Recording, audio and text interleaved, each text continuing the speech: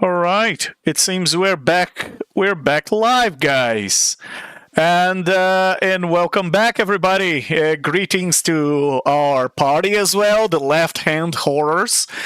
And people keep saying that my accent is it looks like I'm saying left hand horse. No, it's not left hand horse. It's left hand horrors. Yes. But who knows? Volkar does act like a pimp sometimes, so maybe one of you will fight to be the bottom lich. Hey, we never know. If you thought liches couldn't get tangled up in more cosmic brain games or gravity-defying battles and even potential timeline shenanigans, well, guess again.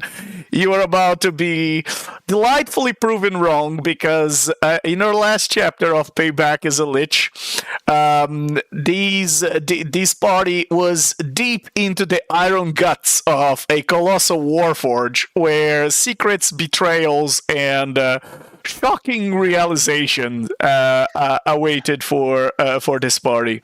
But if you forgot what the campaign premise is about, or if it's your first time here, as a reminder,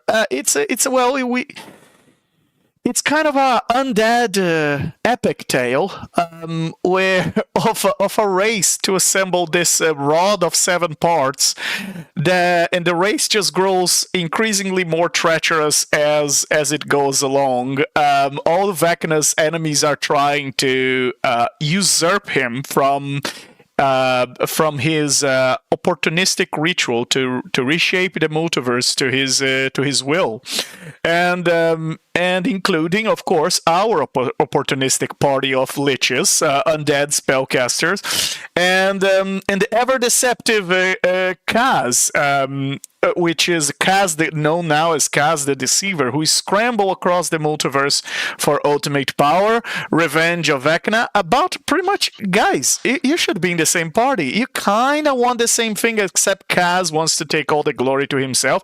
But maybe, and I'm just saying, maybe the two hands, left and right, could just shake hands together. We never know. But on top of that, on top of this race, there is timelines that have been fractured or overlapped. Apparently, 2 timelines have been created by an accidental wish from Vecna. And even the party isn't sure if the Rod of 7 Parts is now just a unique artifact in the multiverse, or if there are 2 of it.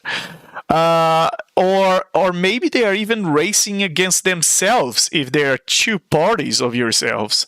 Well, you came to learn there are 2 Volkars in this reality now, and they seem to be, according to Cyril's best guess, just 10 minutes apart, Volkars?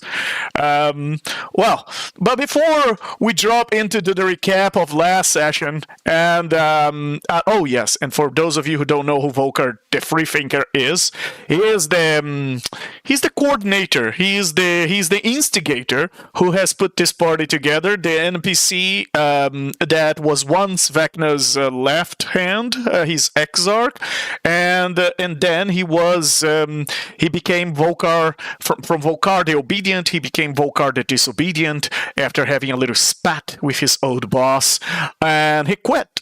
And he used his knowledge of being a master spy and all the secrets and a cleric of Neru to get away from Vecna with a very dramatic flair, I should say. But now he's obsessed with revenge, and as well as Vecna's old fling, Kaz, and both apparently have their own allies, and Volkar put this little party together of vengeful liches to try and get back and stick to Vecna. But again, before we continue, let's meet the horrors. And let's start with Midge, whose fungus and fury personified is Midge connection to the natural balance clashes beautifully with the cold and metallic landscape of the Warforged cemetery. I guess Midge, you I mean, if you're gonna be comfortable around construct, they might as well be rusting. And yes, she's determined to bring rot to anything that opposes her, including Vecna.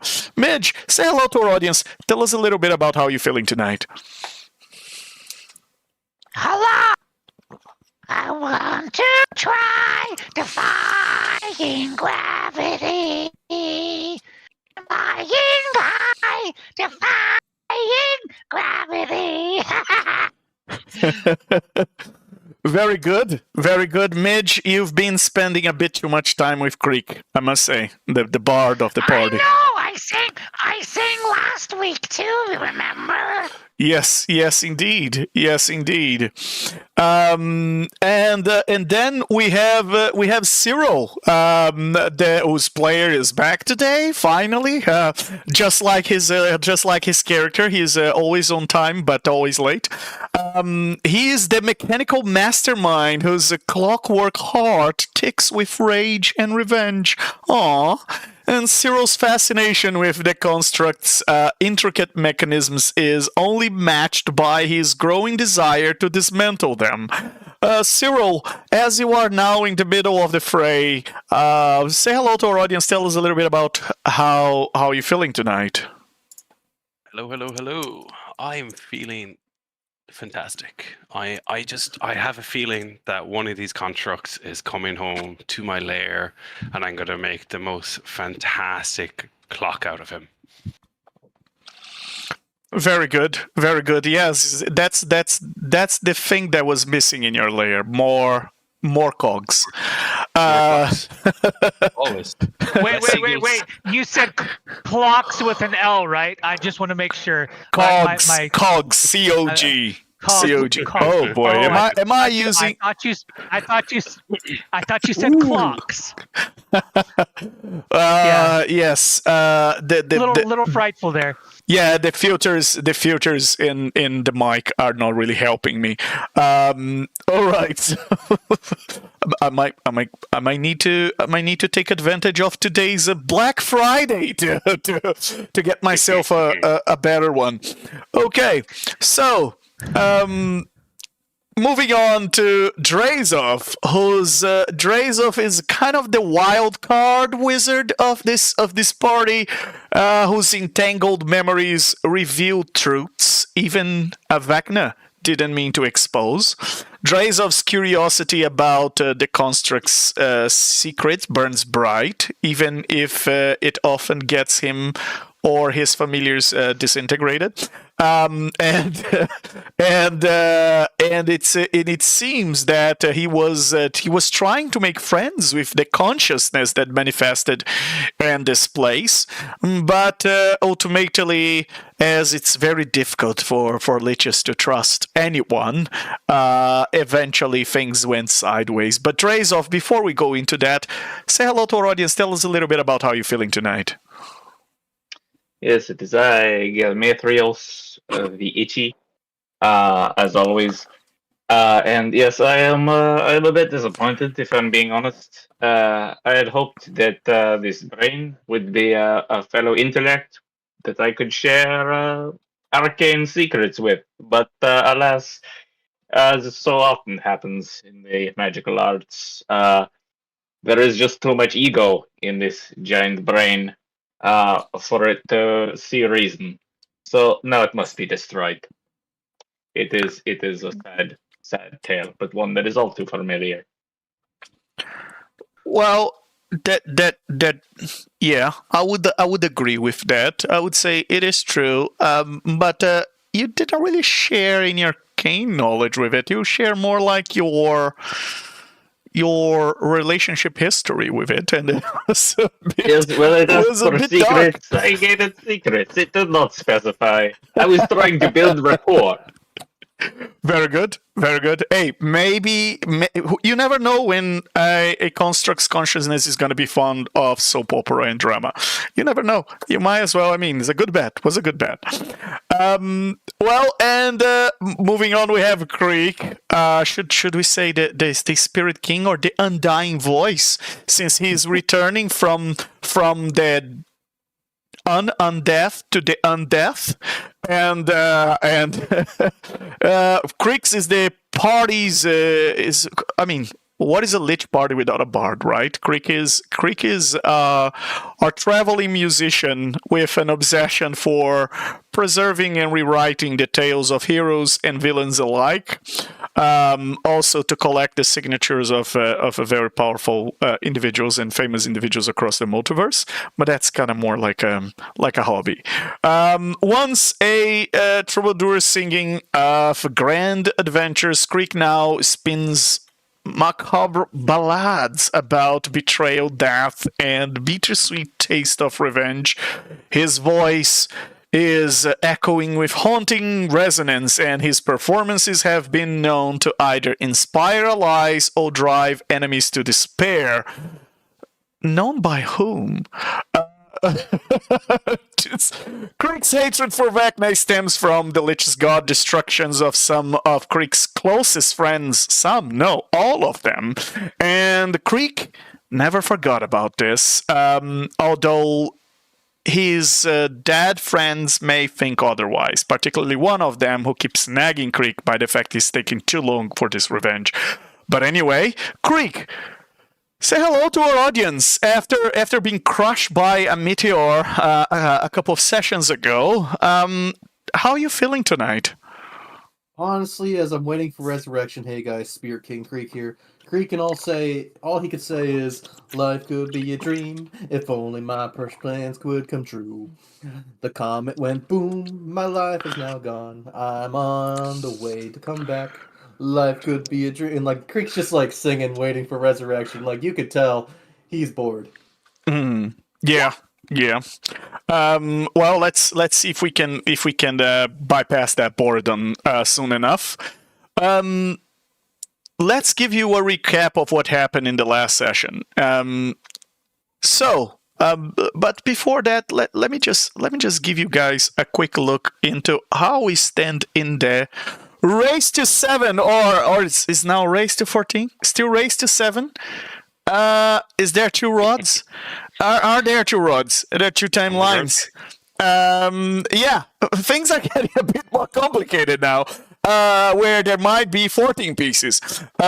So that's where we stand. The party currently still has just 2 pieces of the rod. They have their eye on a third one, and while Kaz, the deceiver, has 3 pieces of the rod, and there are 2 up for grabs. But they hear from Mr. Sunfall and Necrolumpa that they also had a piece of the rod. Well, they had before Nerul's erased them from existence with the divine intervention of Volcar.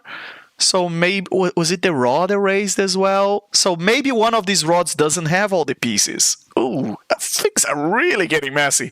All right, but before we go into that, for the benefit of our audience, the party finally reached the brain of this colossal warforge, this enormous chamber housing a pulsating, prismatic wall-shielded brain.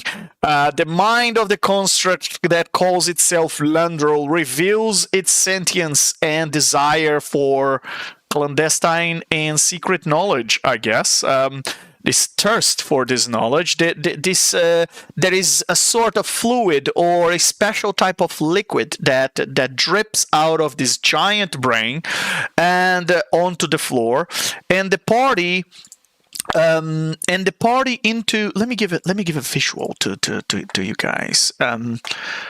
Don't pay no attention to that weird hero that they put there out of place. There is this that weird. was part of the first part. The first party that tried to do this. Yes, that is true. There might have been them. So there is this weird hero in here that has nothing to do with anything.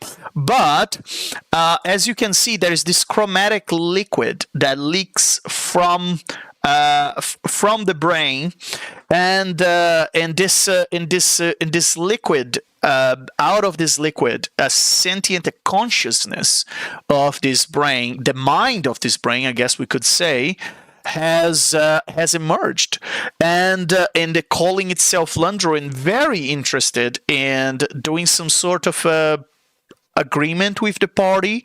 Landro offered to join the party to transfer its consciousness from this brain to a special type of gem in order to travel with the party across the multiverse, gathering knowledge in exchange for one personal or arcane secret from each member of the party. But Volkar was adamant he was not willing to give any of his secrets, and he would not let that creature touch his mind to absorb secrets by osmosis. Well, predictably, I guess the horrors have chosen violence rather than diplomacy, and Landro's defenses activated, unleashing chaos, and the room's gravity disappeared. The Iron Giant's ancient protections sprung to life, raining constructs and warforged into the fray. Lightning crackling as the sentries' spells and abilities electrocute the iron cage that the party is in.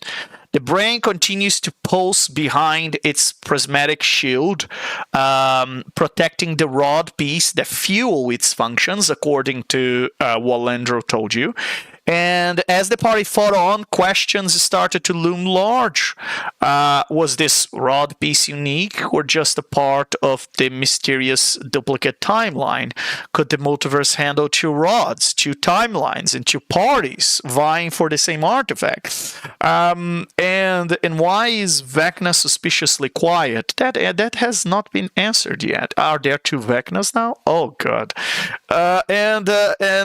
Letting is he just letting his enemies clash against each other while he shapes this new reality? Is he trying to buy himself time? What is next? Well, let's go back to the party and take a quick look. Let's go back to the battle, take a quick look, or where the situation is in this combat. Oh, and I just realized we don't have my... Where is my sounds? Alright, finally. There's always something. It's unbelievable. Alright. And now the audience should be hearing a proper sound. Okay, so let's show to the audience what is happening here. So, as you can see, this is a very tight space for a very powerful battle. A space that was already tight before Drazov summoned that giant Glabrazoo demon into the middle of the battle. So it's zero gravity, so a lot of them are just floating in the air in this chamber, except the constructs that seem to have some sort of magnetic foot that attaches them to the ground, and they can release themselves. So let me go here through. Let me go here through this one by one here and try to give you a quick debrief of what is happening here.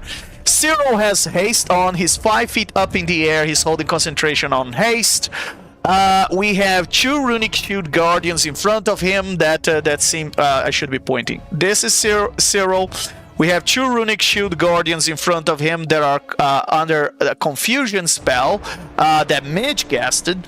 And Midge is currently being grappled by Landro, who is trying to steal the secrets out of her head. But believe it or not, Midge is resisting and holding concentration, and she's 30 feet up in the air. This is Landro. I know, it looks like a water elemental, but it's actually a different type of special liquid.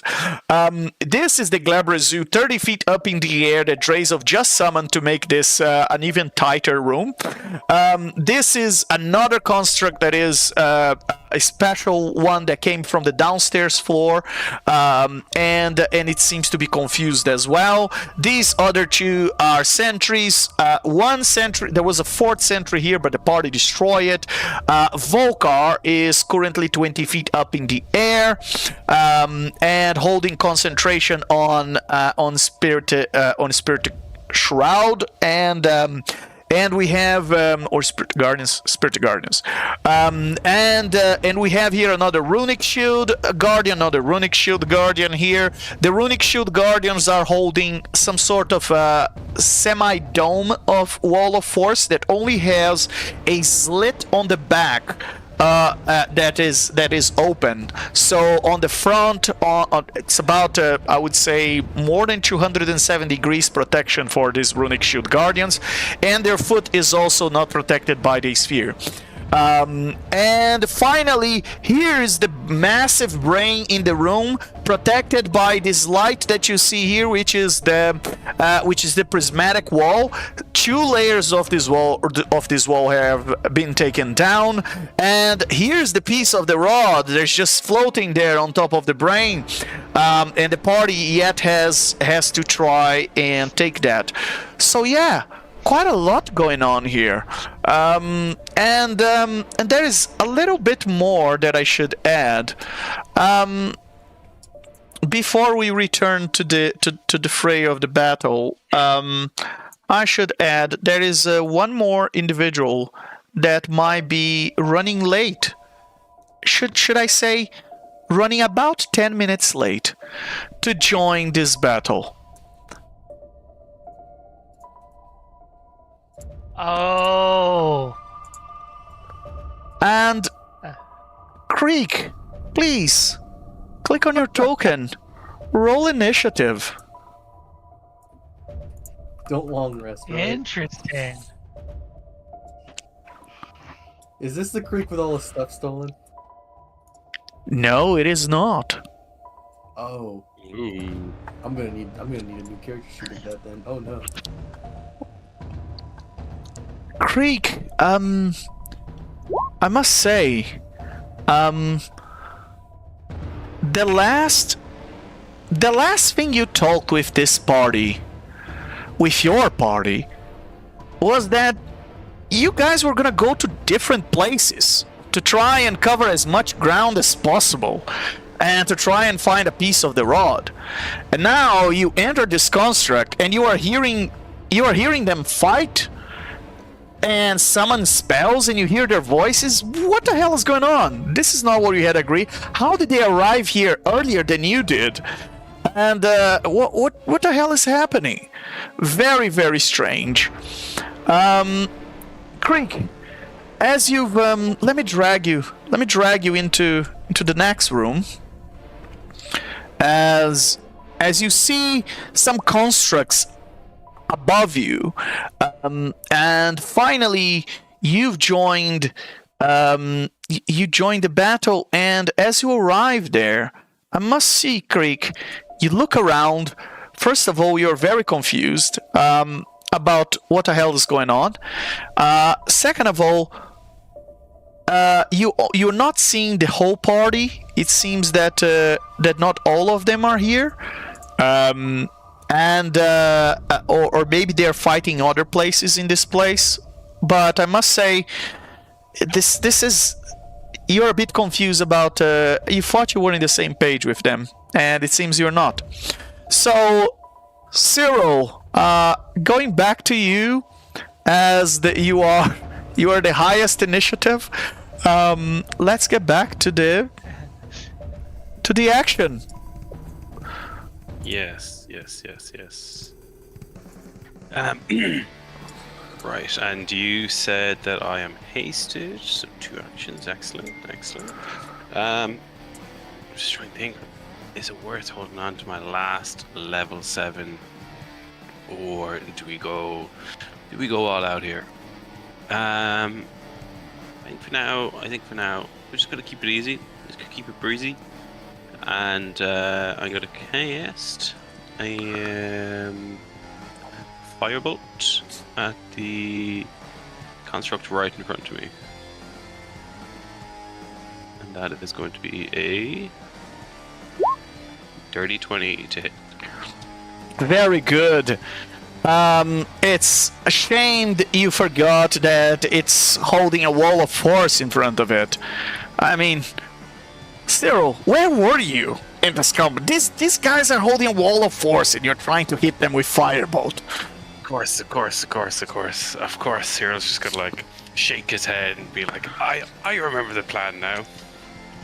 And he's going to throw his javelin of backbiting at him. See if All that will right. pierce it. It's also a dirty 20 to hit. And Cyril, if your firebolt cannot pass a wall of force, how do you think a javelin will? Cyril's gonna look. He's gonna break the fourth wall. Just look straight up at the imaginary DM, shrug his shoulders, and say, "I don't know." Well, Cyril, I must say,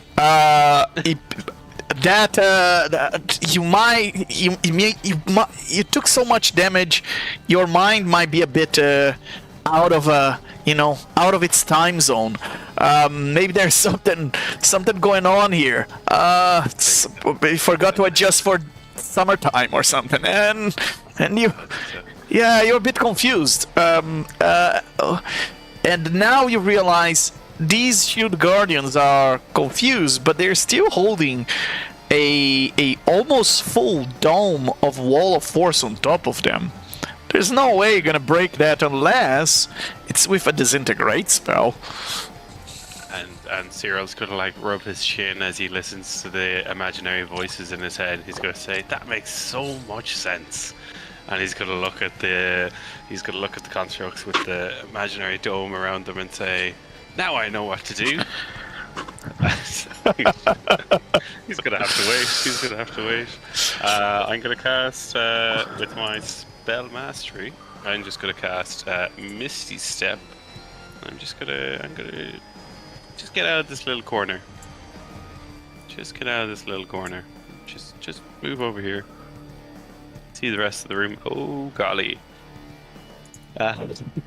Maybe I should have stayed where I was. That's gonna be the end of my turn, I think. Cyril, do you have flying speed? Nope. Because the reason why you're 5 feet up in the air is because there's zero gravity in this room. So how do you want to move? Are you pushing your foot against the wall or something? Misty Step. With my Misty spell Step. mastery. All right. Yes, I missed sorry, that. sorry. All right. I've missed that. Okay. So with that, that's the end of your turn. Cyril's just gonna look to the rest of the group and say, "I feel so light in my heavy armor." And it's just gonna be done there. And Cyril, I must say, you forgot there was a prismatic wall there that you were trying to destroy? Because you were touching it. Okay. Maybe I'll go. Fun times! Gee, Cyril, you're forgetting everything today, aren't you? Oh my Whoa. god! And Might not be fun. roll for Cyril. us. Roll for us a con save. DC. Yeah, go ahead. Before I do that, Cyril's gonna look down at an imaginary watch and say, "Guys, don't worry. My memories will be here in 5 minutes." He's gonna roll his DC con. It's a DC 20. Go ahead. Oh god. I don't have. Is this from a? Oh, yeah, that's maintenance. Never mind. Yeah. That is a 16. You failed. And because you failed, you take 40 points of lightning damage. Which I am resistant to. So you take 20. Okay. Yep. Okay. And Cyril's gonna look at the rest of the party and go, "I remember now. All you needed was a little jolt. Yeah. And now you gotta roll a concentration check for me. Concentration check. Yes, because you're holding concentration on haste. I have advantage on this. You should. So that is a 15. Well, that's really bad. Well, because you just took 20 points of damage, that's enough for you to pass. Nice. Okay. Okay. That's, What is your altitude, by the way? Still 5 feet, or you went higher? No, we'll stick with 5 feet. Sounds like a nice number. All right. Okay. Well, Creek, you see a demon. You don't know if it's on your side or not. You see Cyril now, who just hit a wall of force or I know how to. I got prismatic an wall. idea. Roll an Arcana check. You can see the robes of Volkar. You can see Midge up in the air being attacked by a weird water elemental, gray metallic water elemental. All right, and as you look at this, you immediately know this is a prismatic wall. But given the changes of color, you see what is the different, what is having a college of lore in your party. You get inspiration for that, Creek, because after all, you look at this prismatic wall and you remember your tests from your arcane schools and from your studies, and you know that given the colors in this prismatic wall, the next layer is the yellow one, and you need to give about 60 force damage to it in order to destroy it. And then after that is the green one, and the blue, and the indigo, and the violet. You know everything there is to know about prismatic wall, Creek. That's amazing. Good job. Well done. I have a quick question, Legend. Since this is zero gravity, I have to like fly to get up here, right? Yes, you did. Yes.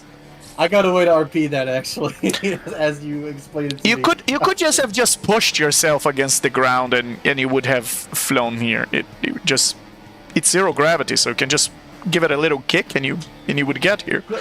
Here's how I think like Creek would handle this. All right, I think with his action, since I have my Clier Liar, since I have my items back, like you said, Yeah. I would cast Fly on myself,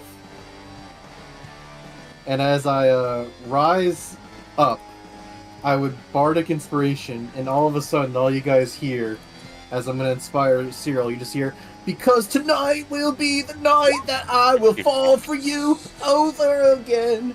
Don't make me change my mind, or I won't live to see another day." So I just like slowly rise like an angel up through here, and I look at the wall and go like, "Why aren't you guys using Disintegrate? Also, get away from that thing. You know that wall is electrocuting you, Cyril and Midge." And Midge. And you are all very confused right now. Midge has a response. Midge goes, Can't you see this silvery thing holding on to me, you idiot? "All I see that I can't fall for you," and he just goes back into. So you get my inspiration, Cyril. And then that's my bonus action. As I just like graciously fly up through the hole. Oh, what's this green square? This is Midge's spores. I must say, Creek, I must say to all of you who in the party, you are all very confused about Creek's presence here. You know that his body was destroyed, and it would take at least a few days. So the first thing in your mind, because you are a bit traumatized by it, is this is probably Cass. And the second thing in your mind is this might be Creek, just like what happened to Volkar. And Volkar is the first one to say... Hold on. Can I... Because if I think that that's cause, then he's going to take damage from my spores. By all if means. that's what you're saying. Sure. He just entered my spores. Okay. I mean, it's what makes sense. You can roll an insight. To determine, is this Cass or is it duplicate like what happened to Volkar? You know that this is Nat 20. Excellent. Midge, you think this is a duplicate of what happened to Volkar. I mean, the guy arrives singing already and preaching you about arcane knowledge. I mean, that's clearly Creek. I mean, not even Cass could act so well. Or right. Midge will call that out then. Midge will say, "Hey, I don't know how it happened, but that's really Creek, guys." Yeah, it's always been me. I can't believe you guys left me behind. I thought we were What the traveling- hell? What the hell is going on? How is this even possible? Is it like what happened to me? Is Creek aware what's going on? No. What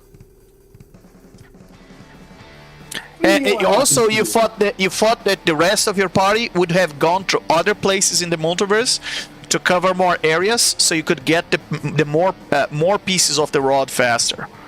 Look, guys, I thought we were all splitting up to get pieces of rod here, and here you are, already at the location I was going to. Are you just lying to me? Do you not trust me? What's going on here? Midge, I think you have explain overdone later. it with... Just know. Sorry, guys. Keep going, bud. You're fine. I should say, Midge, I think you have overdone it with the confusion spells. I have no idea what is going on.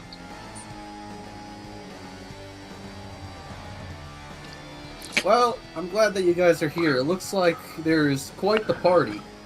As I look at that piece. Come on, we just gotta take down that wall and then we can grab that piece. So we need disintegration.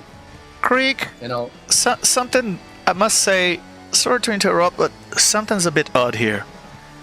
That doesn't sound like Necrolumpa. Who the hell is that? Wait, I'm aware of... Oh, Necrolumpa's in my party? What? Who the hell is that? That's not Necrolumpa. Yeah, and I say, hey, I don't recognize you. Did you guys... He's You behind. guys are- He's behind Oh. a wall. He can't. He's behind a wall, See trays off. so you can't see it, but you can hear him. You have no idea who that voice is, but it doesn't sound like Necrolumpa. Who is that? What you guys... Did you guys replace me?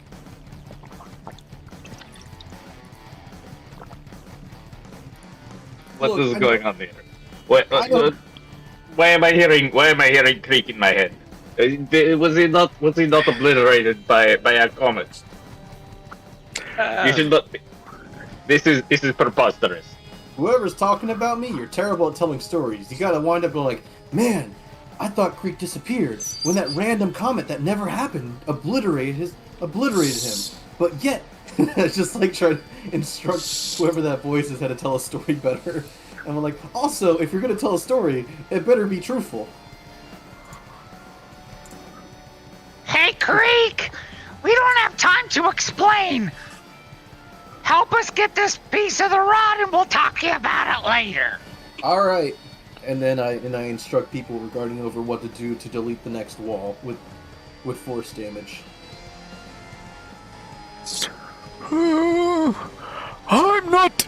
I'm not liking this. This is bad news. If this is really Creek, he is saying, is he allied with Vecna? What exactly are you doing here, Creek? What is your purpose? Is my purpose different? It's still the same, right, Legend? Like As I'm far doing as the you rod. remember, yes. You were Okay, you were so looking for the rod. Just making sure. Yeah? Well, Vokar, I know you have amnesia, but we're supposed to get the rod of the 7 parts to stick it to the whispered one. Man, I hate that guy. You said we're gonna split up to cover more ground. Is this the Creek that knows that Koss was there at the Death House and took the piece?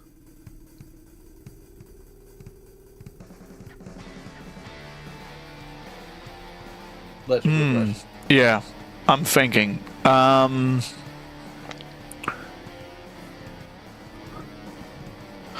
Let's call it this Creek.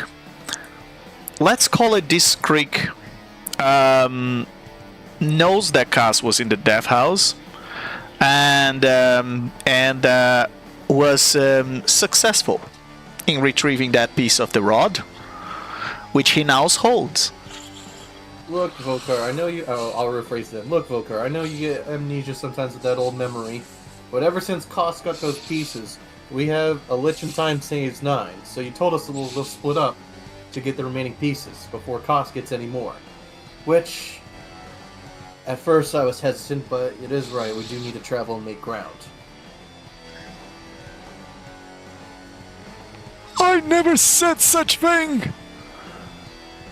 And then I'll use actor voice. And I'll say, you said, and then copying Vokar's voice. Alright guys, Koss already has a couple pieces. We have no time to waste. Let's split up lich by lich. Cover more ground so we can get more pieces faster before Koss takes the rest of them. And he'll end his actor voice. And so we split off. And you may refresh your inventory as the third piece of the rod is with you, Creek. Or you wouldn't have found this place. Turns out your party was successful in retrieving that piece of the rod and evading before Kaz could do any harm to you or even retrieve the piece of the rod himself. You guys were very sneaky. You didn't fall for it. Isn't that nice? So that really puts us into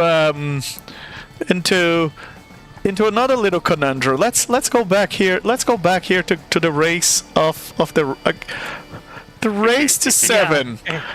Does it wait a second. What does Is it this piece then? Is this the one Creek has? yes. Ooh. Do I get to join the campaign? Yeah. The race?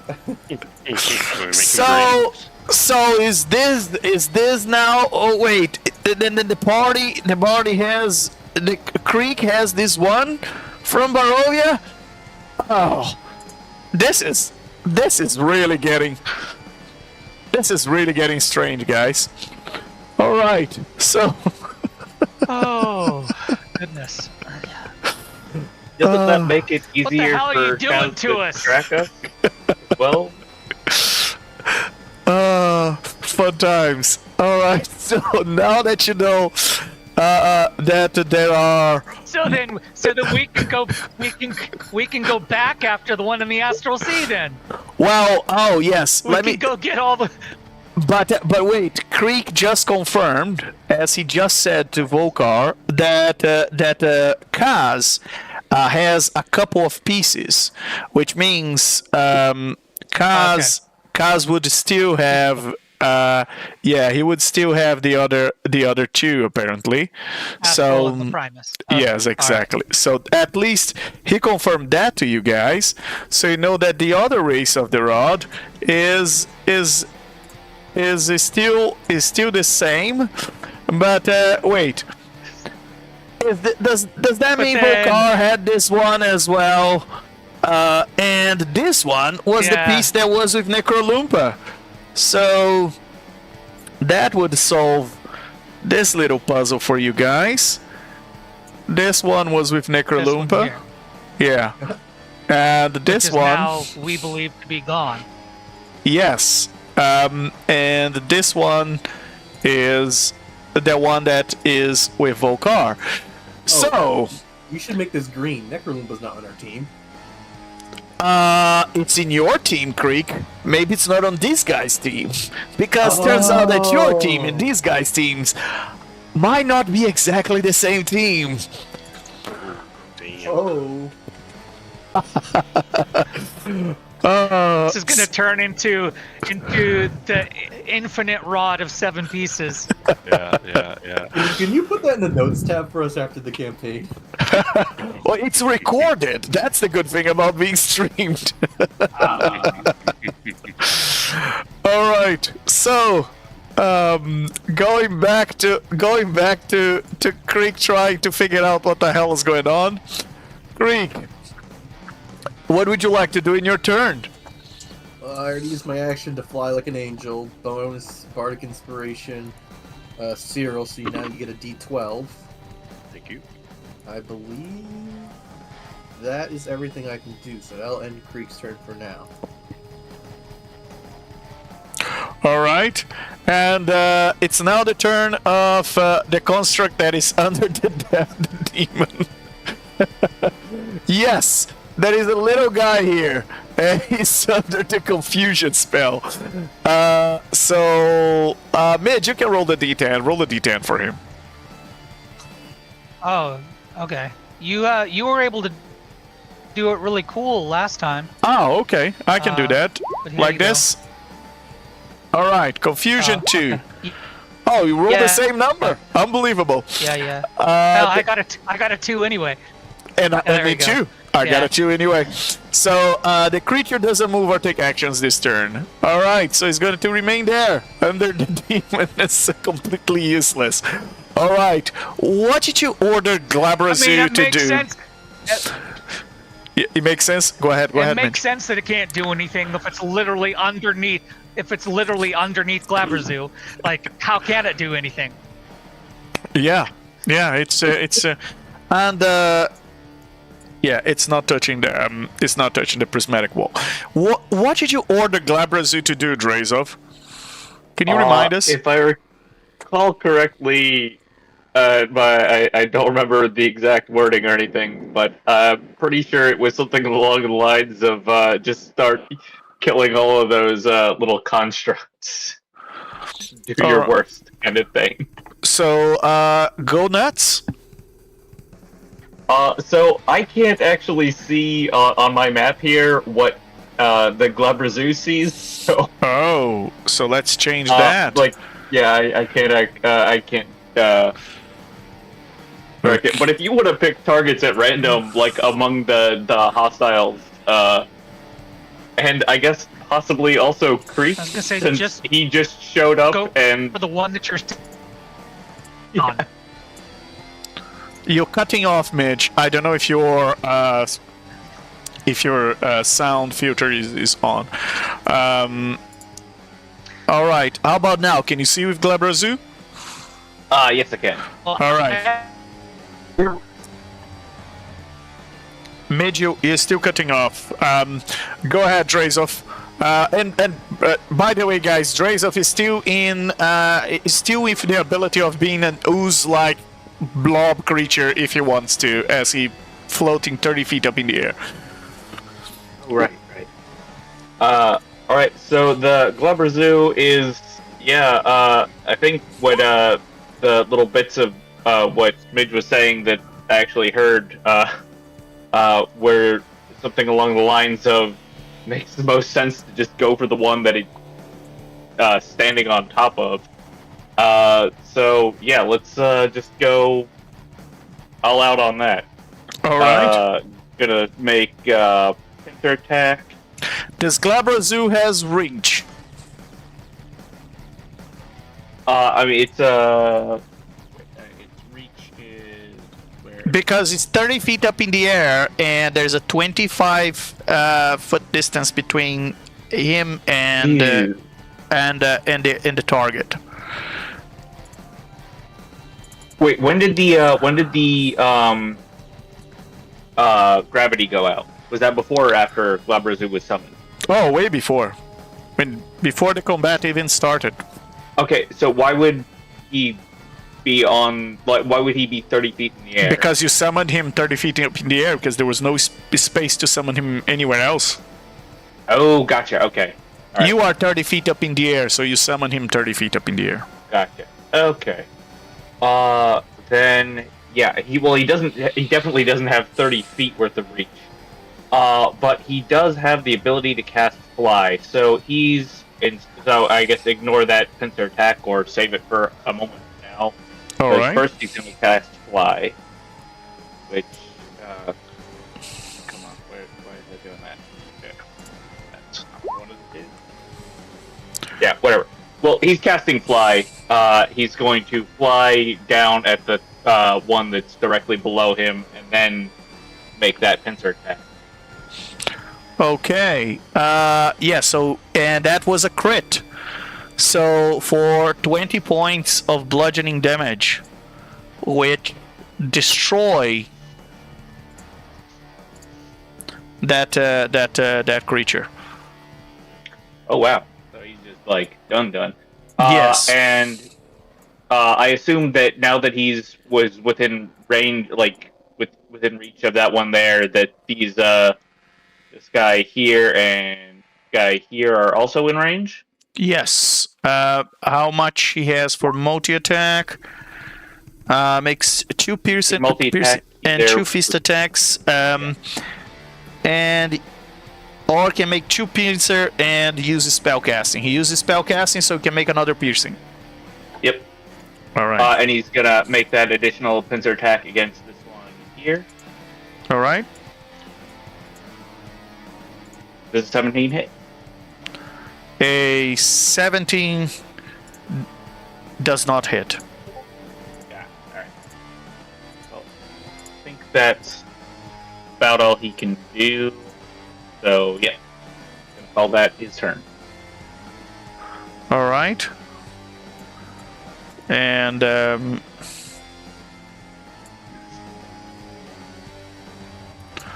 all right, and with that,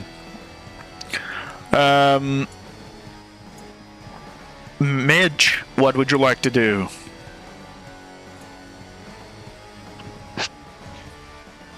I have wait, bad sorry. internet connection, so Now we can hear you now. Well, okay. you ahead, wanted to say something, Drazov. Drazov? Yeah. Oh, the I just charisma. forgot that. Yeah. He has to make a charisma throw. That's a nat one. got it, He's still nat under one. your control. Yes. Midge, what would you like to do? Oh, roll. Sorry. Hold that thought, Midge. One more time. Glabrazu gotta roll a con 20 saving throw because he's touching the prismatic wall. He got an 11. And he takes 34 points of lightning damage from the wall. He has damage resistance against lightning, so that's 17. what, 16, 17? Yeah. 17. As the wall zaps it. And Midge, all right, third time's the charm. It's your turn. What would you like to do? You still grappled by Landro. Yeah.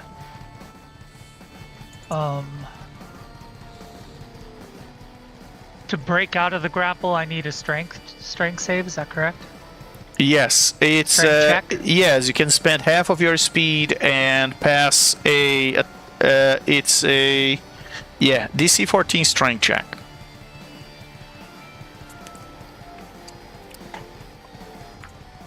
All right, I'll try it. I'll try and break out at the beginning of my turn. Just makes it. Excellent, Midge. You're no longer grappled.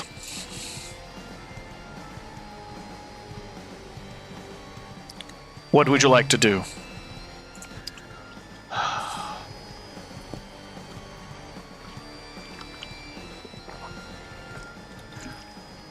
Can I don't remember, honestly, I don't remember what I've tried to attack this thing with.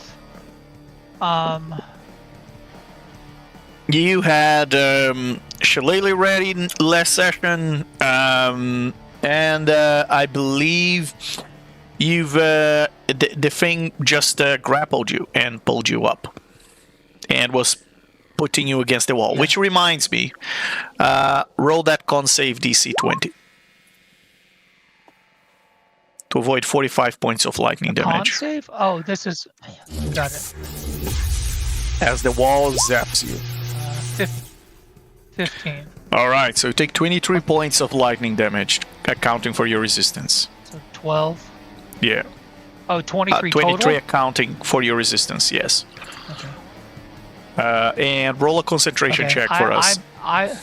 If you guys are hearing, can you guys type into chat important stuff? Because I can't hear you. I can't understand. All I've right. got bad internet connection. Roll a concentration check. Okay. Check or save?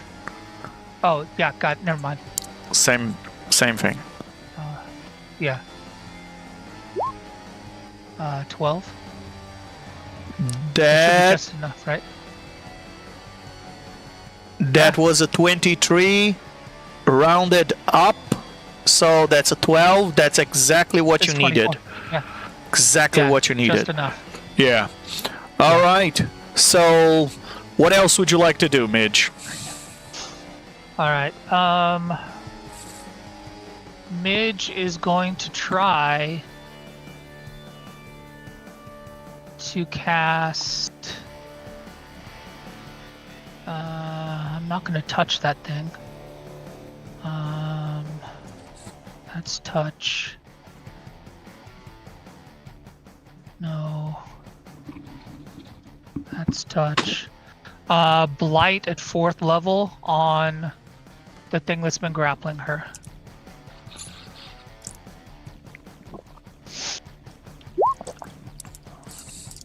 So DC 19 con save for 36 necrotic. Very good.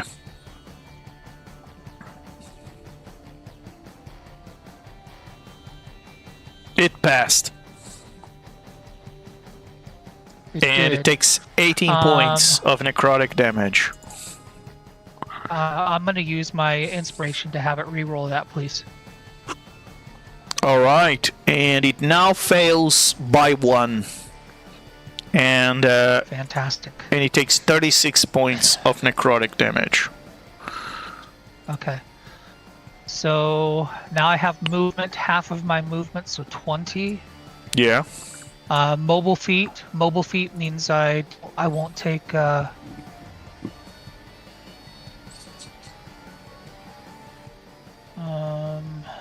Let's see.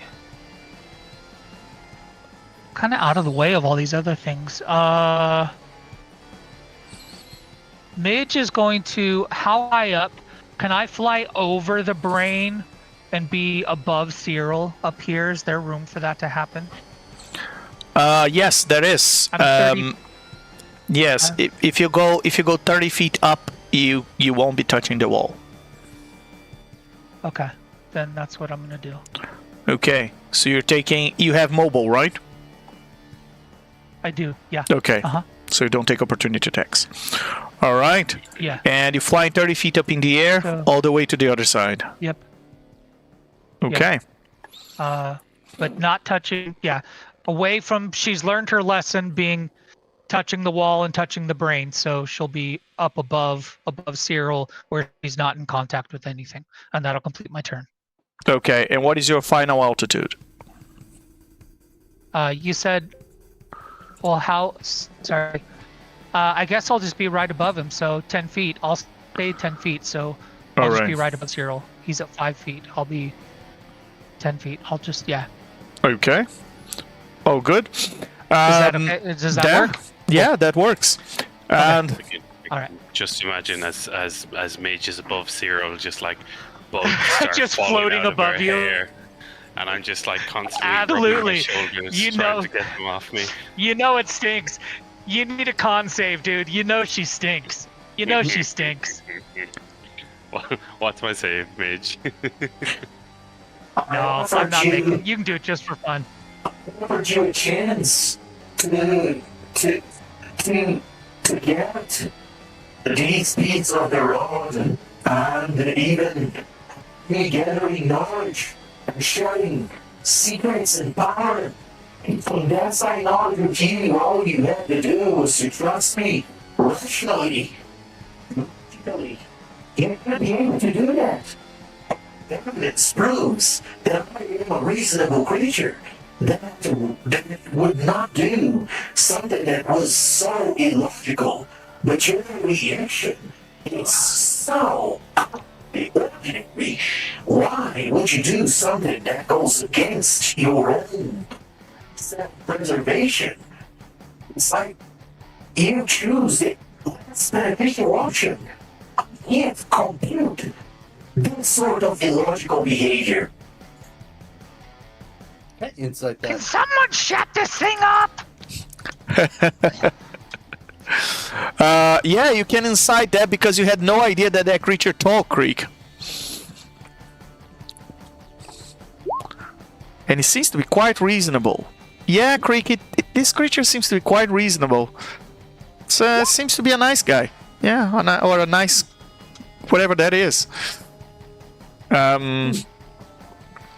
And all right, so let's roll for the confusion of that creature, and that's an 8. The creature uses its action to make a melee attack against a randomly determined creature within its reach, which it has Cyril and its buddy. So I'm gonna call 1 and 2 its buddy, 3 and 4 Cyril, and it's going to attack its buddy. And it's going to do that with its shock burst, and it's going to electrocute its buddy if it fails a dex save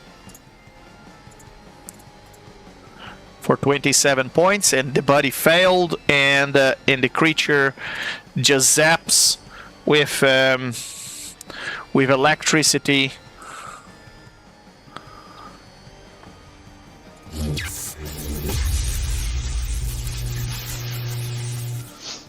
And just like that, the other one takes 27 points of lightning damage.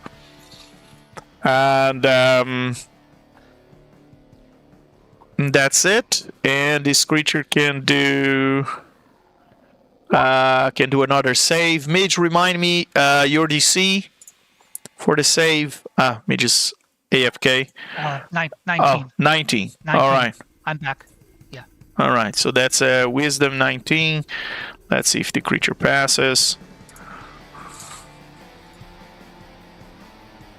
It did, with a 19. Okay, and it's no longer confused after electrocuting its buddy. All right, so this one is done. Next one, same thing. And the creature can act and move normally. So in this turn, this creature is going to attack the Glabrazoo, which seems to be the biggest threat in the room. No offense, Cyril. And it's going to and it's challenging that one. Yes, indeed. None taken until just that moment, right? When I said no offense. Yep. Didn't even clock.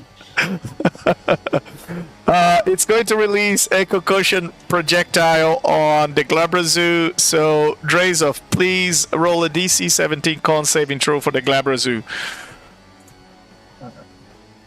Con save, you said? Con save 17. It passed.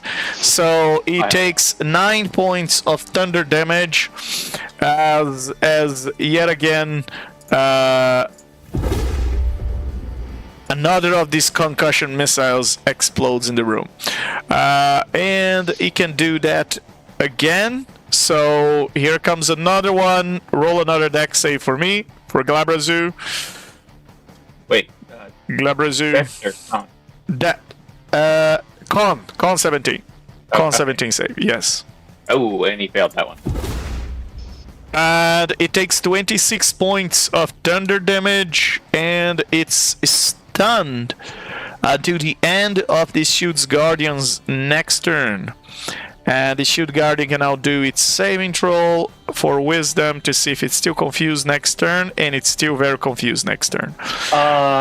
So does that also I think this should have been resolved at the end of the Glabrazoo's turn. I just forgot. But he's flying, and that requires concentration. So now that he's stunned, is he not flying anymore? Or do I need to roll for that? He's still concentrating on the spell because the stun condition is rewritten in my games, so that it's less penalizing for players that they're for obvious reasons. The stun condition and the paralyzed condition as horrible conditions, the way they're written. For the concentration, he still needs to roll when he takes damage, though. Oh yeah, he needs to roll for the concentration for taking the damage, but he doesn't lose the concentration automatically because he's stunned. Right. That's okay. my point. Well, he rolled a 16 for the damage that he took from hitting the wall at the end of his turn. A 14 for the first hit this turn, and an 11 for the second hit this turn. The second hit, he fails concentration. He's no longer flying. Now he's just floating in the air. Due to the 11. All right. Okay. All right. Okay, so he's just floating there, stunned, looking silly. Is now the turn of the other Shield Guardian, and this one is going to... Oh! Let me not forget. Volkar has Spiritualed up. And this Shield Guardian is going to take some damage from that.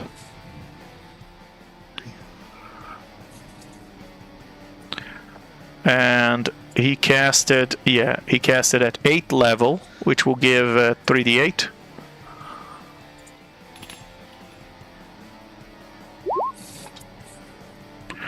For 18 points. But Volkar has something that when he gives necrotic damage, It bypasses it. it bypasses resistance, and when you hit a creature, it's a melee attack. It's with Touch of Death, and it ignores resistance, and yeah, that's pretty much it. All right, so that is, yeah. I don't know how Midge would have been able to make it over there though, because she's not flying. Could she have just used the wall to get over there? She could. Because she's just floating. She could. Okay, all right. She could. I didn't want to do something I couldn't have done. All right. She could have pushed herself against the wall, even the prismatic wall that she already took damage for it, in order to get there. Okay. All right. All fair, right. Thank you. So the Runic Shield Guardian takes damage from Volkar and is going to attack Volkar. Can it attack Volkar?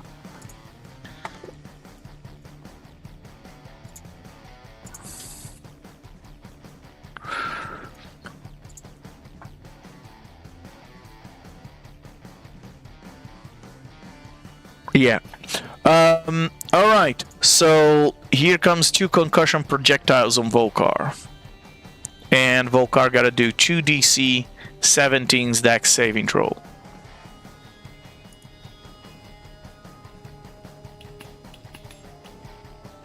That's 1 pass. And that's 1 fail.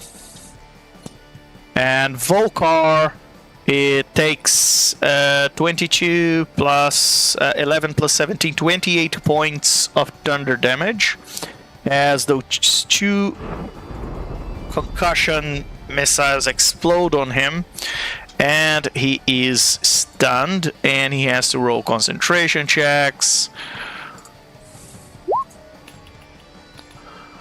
And he passed. All right. And he's still concentrating on Spiritual, but he is stunned. Alright, and with that, that's the end of that Runic Shield's Guardian's turn, and it's now Landro's turn, and the creature is pissed off at Midge, because didn't give it any secret, and also is going to take 3d8 points of cold damage from the Spirit Shroud. 14 points.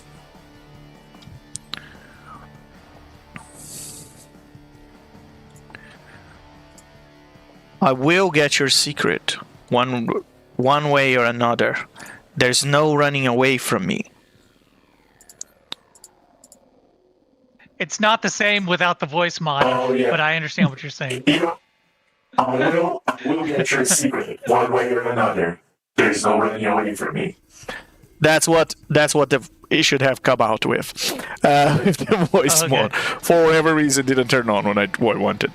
All right, so Midge, to your surprise, Landro can use the liquid on the ground to just transport itself to the other side of the room, and it just appears there behind those guardians.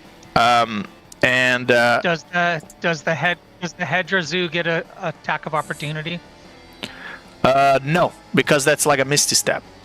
But it's using the liquid on the ground to just... And it just gets to the other side. It's going to take 2d10 of necrotic damage as soon as it appears there. it's Because touching my my spores. It's it's touching my not. spores. There's a wall there. There's a wall Right there. here? There is a Right there. wall. There's a wall here. There's a wall here. So it's not actually touching. The creature doesn't. The wall It's just only because goes, the wall only goes. Okay. All right. this is Okay. this is the wall over here. What I'm putting here. This is I'm looking over on the other side where it only goes to here. yeah. This is the wall But on if the it other side. extends- Okay. All right. Wait, Fair enough. am I That's fine. okay? But yeah, I'm putting in the right place. So this is the wall here. Let me put it. There's a wall here, and It extends all the way. It extends that far down. Okay. it goes all the way here. Yeah, this is the wall. Okay. Because Oh. so it's not extending out to here then, where it's touching. No, he's the creature is amorphous, so it can just fit in that hallway if it wants to. Okay. Fair enough. All right. I understand. It's Okay. because it's an elemental. It can just squish itself into there. Yeah. Into there. I get it. Yep. So it's technically inside. Let me make like this so it doesn't create confusion. There you go. Okay. No, I understand now. I just wanted to ask. So, No we're problem. good. All right. So let's see if it recharges, and it doesn't. So is going to attack you with.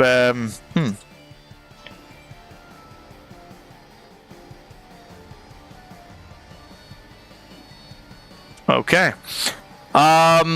Midge, you've noticed that its form is slightly crystallized, almost as if it was almost frozen in some parts of its body.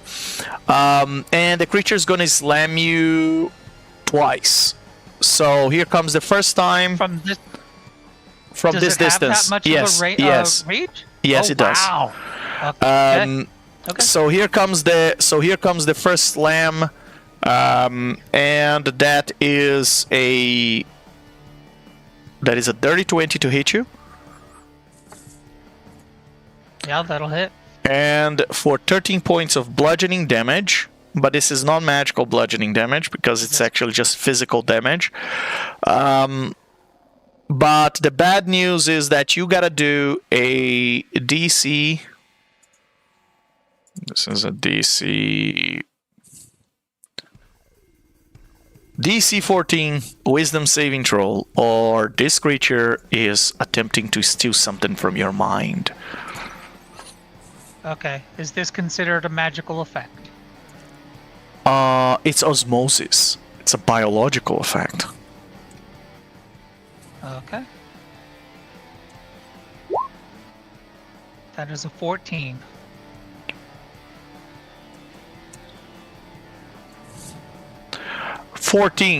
That's exactly what you needed. Excellent, Midge. All right. So here comes the second attack, and if it hits you, you gotta do the same wisdom save. And that is now a 26 for 16 points of bludgeoning damage that don't register on you. And you gotta do that wisdom save 14 again. Yeah. Excellent. Not a problem. All right. Very Mitch good. calls back. No, nay, nay, nay. Do you want the song again, Midge? No, I don't need to. I did it justice last week. It's okay. All right, and with that, that's the end of the creature's turn, and this one is confused. Let's see what it's going to do. The creature can act and move normally. All right, it's going to attack And Lebrazu. it is. Before it does that, it's going to take my Halo of Spores. So it All is right. going to take 2d10 necrotic. Roll the 2d10. 1, 2. Yep. That's 11. Very good. All right, and it actually has a reaction to that, which is 2d10. It takes nothing, and it actually heals itself by 1 with that reaction. And, Really? yes. That didn't happen last week. No, I just I might have skipped that reaction. That's the only Okay, creature that has good that to know. reaction. Okay, fair enough. All right. So, as a bonus action, this creature is going to go on overdrive. So I'm going to just put a token for rage here because I guess that's almost the same thing. And it now has advantage on strength check and saving throw when it makes a melee attack. It gains a +4 bonus to damage roll. Its speed is increased by 50 feet. And it's going to do 2 attacks with the serrated bolt against the Glabrazoo. Melee attack. Spiked glaive is going to put first one's a 22 and the second one's a 28 against the Glabrazoo for a total of 32 points. No, not 32, 40 points of slashing damage against the Glabrazoo. What were the attack rolls again? 22 and 28. Alright, yeah, both of those definitely hit. And this is, it's a melee attack. Is it magical? It is not magical. Does it have resistance? It has, the Glabrazoo has damage resistance against non-magical physical attacks. Excellent. Then it Bludgeoning, piercing, slashing. takes only 20 then. And now this creature can do another save, wisdom save, to see if it passes. And it does. It's no longer confused. You roll a 21. I assume that's enough to pass, if I remember correctly. It's a 19. Okay, so with that, that's the end of its turn.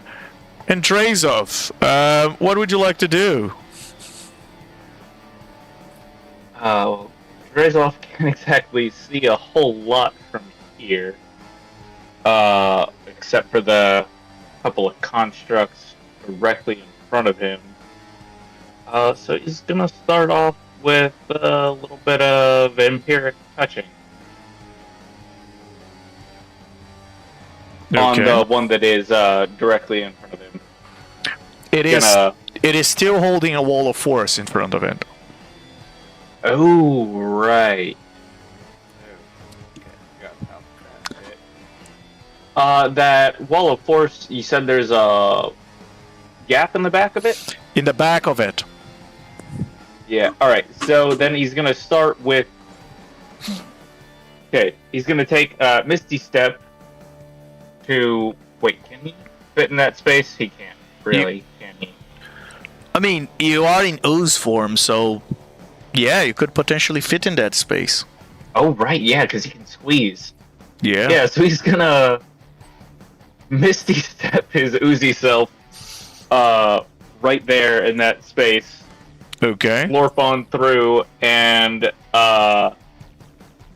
cast Vampiric Touch. Just gonna reach through the little gap in its shield and go Vampiramos. And as it makes contact, there's a little bit of black smoke, and there's a 27 hit. A 27 does hit, yes. Nice. Alright, and that is, I guess, 7 necrotic damage to the thing, and Which gets one? back half as much. North or south? The one that was in front of him. Yeah, because I'm assuming, yeah, the one that was directly in front of him. So that's the north one. Okay. Take 7 points of necrotic damage, and you heal by 4.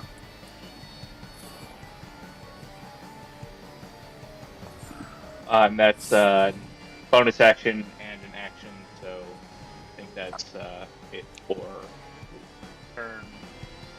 And I assume with that Misty Step, you are now close to the ground in terms of altitude. Yeah. I put myself just above the ground, just high enough to not be electrocuted by the floor. Okay, so 5 feet it is. Alright. And with that, It's now the turn of one of those creatures that come here and is going to attack Creek. So Creek, Okay, hold on. It got yeah. it's got Roll the 2d10. Oh wait, one seven. more thing. One more thing. At the end of his turn, Drazolf turns to the Glabrazoo and shouts, "Stop being so useless! You need to get back to work, crushing these little robots." And, Point that out. Yeah. and the Glabrazoo, will reply to you. I mean, With it's stunned. it will say,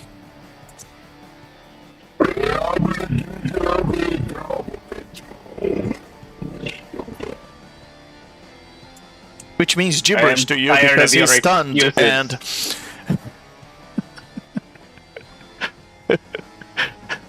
it does sound like gibberish excuses. All right. Blah, blah, blah, blah, blah, blah, blah. His turn and in abyssal. So yeah. Midge. Oh, I was going to say Midge speaks Abyssal, but she wouldn't understand the gibberish. No, this was a bit abyssal gibberish. That's next level. All right. So the creature that is there near to Creek is the little construct is going to give you a welcome, Creek, by releasing 2 bolt launchers at you. The first one is a 13, the second one's 11 and misses both.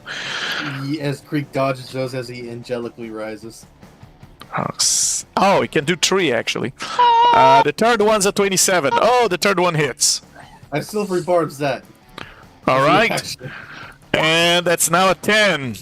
And to who you give your advantage to? You know what? I will give it to Midge. As you just see me angelically dodging. Ooh! Almost got me there. And I'll just like whiz past it. And that's the end of that creature's turn. And here comes the next one is going to do the 2d10. same. And It takes 9 necrotic. excellent. And it's also going to attack Creek. Here comes 3 bolt launchers. 14. Miss. Nat 20. 16. Inspiration Reverbs on on that the- 20. Oh, thank you. All right. You were using inspiration, Cyril. No, I'll use silver barbs. Oh, silver barbs. Okay. That's now 22. I'll let those 2 hit. All right. So that's for a total of... And to who you give you the advantage of the silver barbs, Cyril? I will give it to the Creek. Thank you. And that's 25 points of magical piercing damage. Oh, no! No! No! The 2 bolts hit you, and they're non-magical. Oh, nice. Creek tries dodging, and as he's trying to dodge, he still gets it. Doesn't feel a thing, but can I do a performance to see if to make it look like it hurt? Yeah, absolutely. Roll performance. How could you? And with my ability... The creature is convinced that it's hurting you with the bolts. 21. Nice. Interesting that you guys spent 2 silver barbs to prevent something you're immune to. I just wanted the advantage. Fair enough. Yeah, totally. That's what I Does- want to do too. And it's now Volkar's turn. He says, I feel like this body's gonna crack at any point now. I need to do something, or I'm going to be gone in a few moments.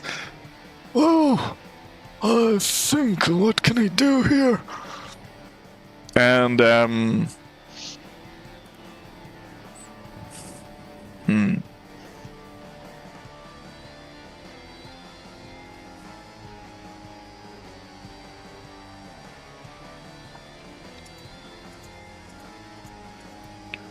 Okay.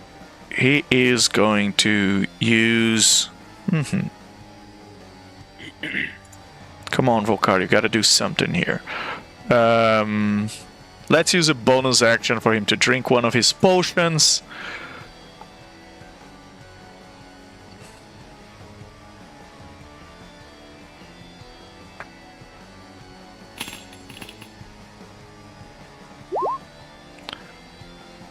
And he heals for 45 as a bonus action. Oh yeah, I can feel my bones start to feel slightly less old, cracking, and he is going to cast as an action vampiric touch to heal himself a little bit more.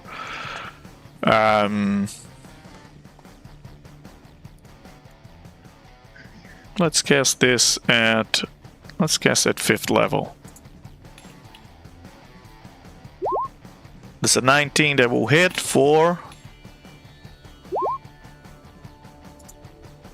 18 points. And that is that a melee attack? Can he deal an additional 45 on top of that?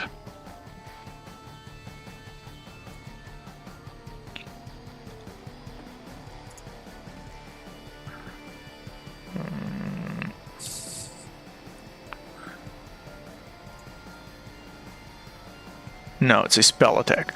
Alright, so with that, he gives 18 points of necrotic damage to the one that does not have the shield, the wall of force around it. And Volkar heals for an additional 9. And he can... Oh no, wait a second. He's stunned. He cannot do this vampiric touch. So forget the vampiric touch, guys. He already did everything he could with his bonus action. And he's still stunned. Alright. And it's now the turn of the runic shield guardian that you were attacking, Drazov, and here comes 2 concussion projectiles towards you. Make 2 DC 17 con saving throws, please.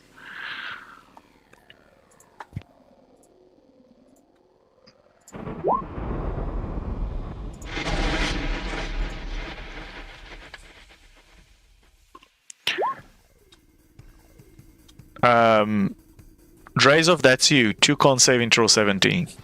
I don't know if he's gone for the moment. Oh, alright. He can hear us, but I don't think he's at his computer. I'm back. Sorry about that. Alright. Yeah, alright. So that was 2 con saving throws? 2 con saving throw 17. To avoid a total of 42 points of thunder damage.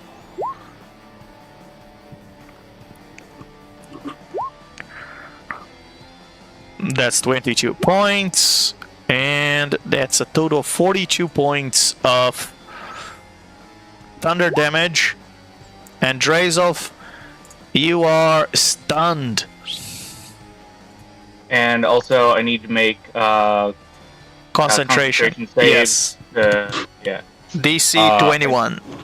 Do I make 2 of those or just 1? Oh no, sorry. It's 2 concentration saves and DC 11.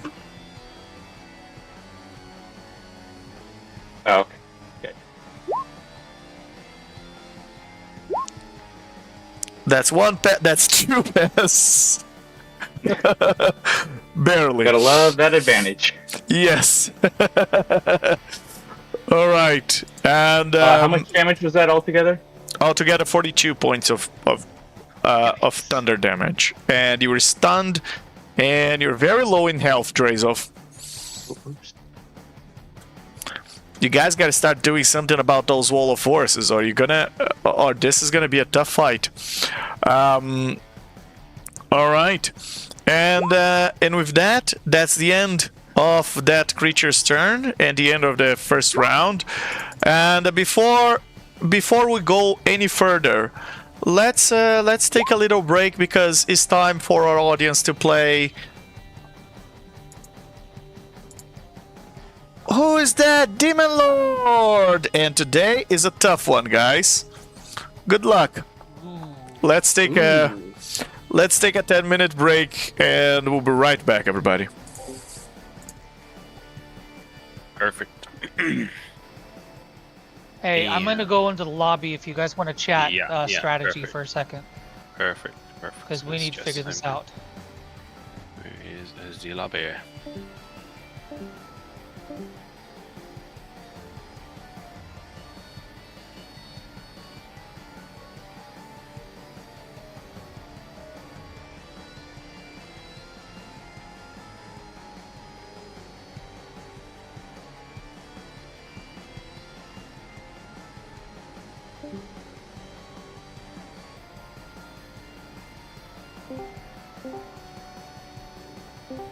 Ooh.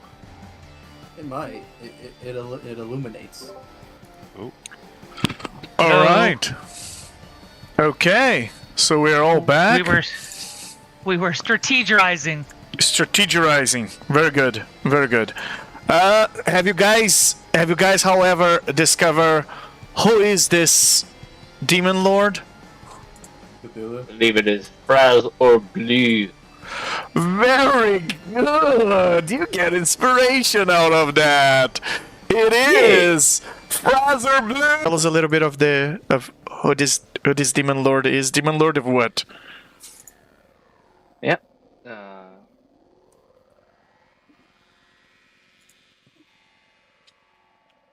He is the demon lord of. Or wait, no. Let me get some character. All right. So, Fraz or Blue. He is the demon prince of illusions. Why am I French now? I'm not. That's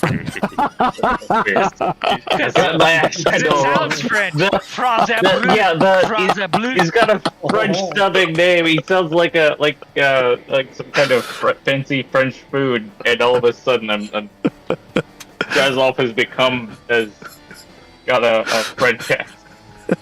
Sorry. Le bleu. It's the blue. Give me a moment. See if I can get back in character. Well, it that is indeed. All demons are liars, but this one is the Prince of Deception and the Demon Lord of Illusions itself. Yes, and you can never trust anything said about the Demon Lord of Illusions because he is a liar. He is all about the deceptions. As such, he even deceived you with my own voice. Very good. Very good. Let's go back to the action. You get inspiration for that. All right. So with that, let's reopen the turn order. And Cyril, we're back at you. Now, I assume you have a better grasp of what's going on? Slightly. I mean, All right. The 10 minutes are just about up, so I think I have an idea of what I'm meant to be doing. All right. You meant to be doing a con save, DC 20, to avoid 39 points of lightning damage as the wall zaps you again. You got bardic inspiration. I'm on a 6. I also gave you. I'll use my inspiration. Have you re-roll that? Okay, thank you. All right. So that is going to be a 21. Excellent. You only Nice, take. thank you. Very good. You only take 10 points of lightning damage, Nice. and you still gotta roll that concentration check. Oh god. DC 10. Okay. That's a 17. I'll take that. Very good. So tell us, Cyril, what would you like to do in your turn? Cyril is going to look at this grotesque shimmering brain, and he is going to cast Disintegrate. In the prismatic wall. Yes. Very good. Yes. Maybe he's gonna. I can't move back. Yeah, I'm just gonna cast it, and that is gonna be for 84 points of force damage. There Very we go. good. And you shatter another layer of the prismatic wall. And Creek, finally they got it. Can you tell them what is the next layer, Creek, as you hear that layer just shattering? Finally. At least we don't have to worry about the poison guys. But this one's the most pain in the butt. Does anyone even have anything similar to opening up a portal? What? Kind of like what the hell's that? Like Creek thinks for a second. Dimension door? No. Teleport? No. Password? Push. Pass wall. Creek thinks. We need something similar to that. I'm afraid I've nothing like that. Maybe Midge. No! I just have like bugs and shit. Creek looks, and then he looks at his bracelet, and he thinks to himself, well, I can make a portal with stone. Maybe that might work, as he thinks of his stone-shaped spell. Well, I can cast portal, and open a doorway and crash that. I wish I could hear Vokar say that when he's stunned. Yeah. Indeed, because the only thing you hear is,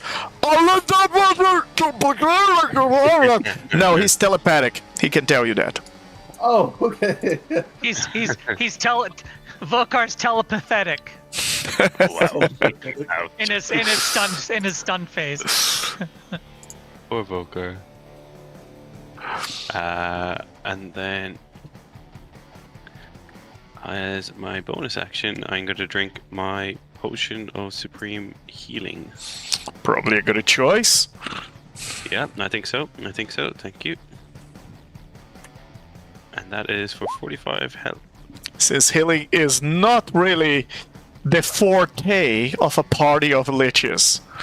No. Yeah, you guys are glass problematic. cannons. You gotta deal damage and you gotta dish out damage as fast as possible, or you're gone. Yep. It's a little bit of an oversight on our part, but we'll make it work. All right. Now that you heal by 45, what else would you like to do, Cyril? I think that is me done. That's my action and bonus action. So yep. What about your haste action? I mean, why hold yeah, concentration on haste. that? Of course. How And could I forget? would you move out of that wall, or are you waiting to get electrocuted again? You mean poisoned? Poisoned. Well, now it's poison. Yeah, that's true. You can't get poisoned, so It can't be poisoned. So it's just like a little. it's just shower, comfy. You know? I can, Okay, it's just I can comfy. just imagine Midge is almost hugging it in comfort. Oh, that's what I was about to say. Midge is about to just go lay on top of it. Just roll up all inside it like a dog, trying to get some new smells. So I'm assuming because the creature to my north with the wall of force around him attacked. Is the hole in the wall visible to me now because I'm behind him? Which hole in the wall? On this character, or is it above their head? Have I misinterpreted the The wall of shield, force? the hole, the gap in the The shield. hole in Yeah. the wall of force. Okay. It's their not a shield. hole, it's a slit on the back of the Okay. creature. And Okay. it's There's a hole. the wall of force. The wall of force not going all the way around, is doing, let's call it 340 degrees out of the 360, and it's not covering the foot of the creature, but the foot of the creature is stuck to the ground, and the wall of force is closing the ground in front of it. In that case, I'm just going to Misty Step with my Spell Mastery. I'm just going to Misty Step over here to a little bit of a safer place. Very good. And But that's me you done. just used your bonus action. I did. Apologies. Yeah, to drink the potion. You're so And what would you like to do with your haste action? I know, yeah, I'm trying to think. I'm going to. You can only haste action. You can only attack one weapon attack only. You can dash, disengage, hide, use an object as an action. So you could have, let's call it you drink the potion with your haste action, and then you can do that teleport. Go ahead. Okay, perfect. I'll do that. Thank you. I was got a momentary stasis, but I can't do that. So yeah, that's me done there. Sorry, guys. Okay. And Creek plus 10 minutes, or should I say Creek minus 10 minutes? It's one of the two. What would you like to do? Well, Creek will fly over a little bit over. Can I go above this guy right here and fly right over to here? Like, how tall is this room? Where I'm This room is 30 feet tall. Yeah. Alright, then I'll go 10 feet above him just because I don't want to be in swinging range of these guys. Mm-hmm. So I'll go right over to here, 10 feet above. And I look around the room, and as I'm just studying, now that If you have to stay there, you're gonna have to go 15 feet because there's a Glabra Zoo there. Alright, I'll go 15 feet. I have like 60 feet of movement, so that's fine. And I just like looking around the room and I see these constructs. I see Midge, Cyril, Vokar, whoever this is. Yeah! Who the hell is that guy? I'll look to these three and says, I'm going to ask whoever that is later, but if you're with them, and you're a Lich too, I'm assuming Vokar has recruited you. How do you know he's with them, though? Because you haven't seen him fighting so far. It could be just like Mr. Sunfall. You know what? Actually, I'm gonna rewind. I'm gonna look and I'm gonna look at Cyril, Midge, and Vokar. I'm going like, who's this other Lich? Are you fighting him? Who is this guy? I've never seen someone that has fire for a head. Cool though, but not my style. Cyril's gotta look over and say, that's Drazov. He's been with us since the beginning. Since the beginning of my 5 seconds, I've never heard of this Drazov. No, he's always been here, and Cyril's gotta lean forward over the brain and say, Mitch, he's been here all the time, hasn't he? Give Creek some reassurance. Yeah, he was recruited with us, along with from Vokar. I think our friend Creek has been a bit confused by being obliterated by a comet. Either that, Maybe. or it is Cass again. Is this Maybe. And as he says, it's Cass again, Crick. Now you're thinking, you're being deceived. What are they talking about? Are they gaslighting you? Oh. Whoa, here, Smooth Yeah. Talker. I've never seen your face before. You may convince them with whatever magic you're using, but I can see through those lies. You're Koss, aren't you? You're here to sabotage the mission. I know you have that crown, but I can definitely tell that they would not have fallen for this. What have you done to them? Vokar, tell me. Do you believe all this? I know you're pretty smart. And he replies telepathically, Look, I'm gonna try to explain this to you. In a very simple way that your little mind can understand, Creek. Well, it's definitely Vokar by saying that. That's how you know it's Mocha.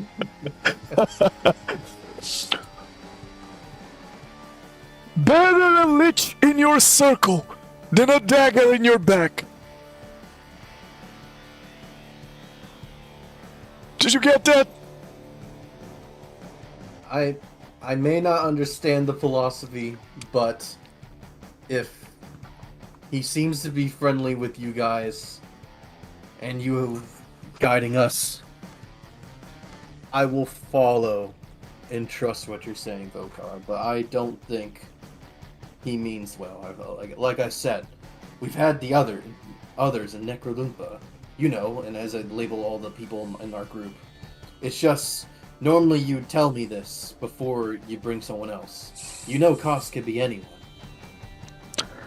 When a life gives you liches, Creek, just pray it. Just pray.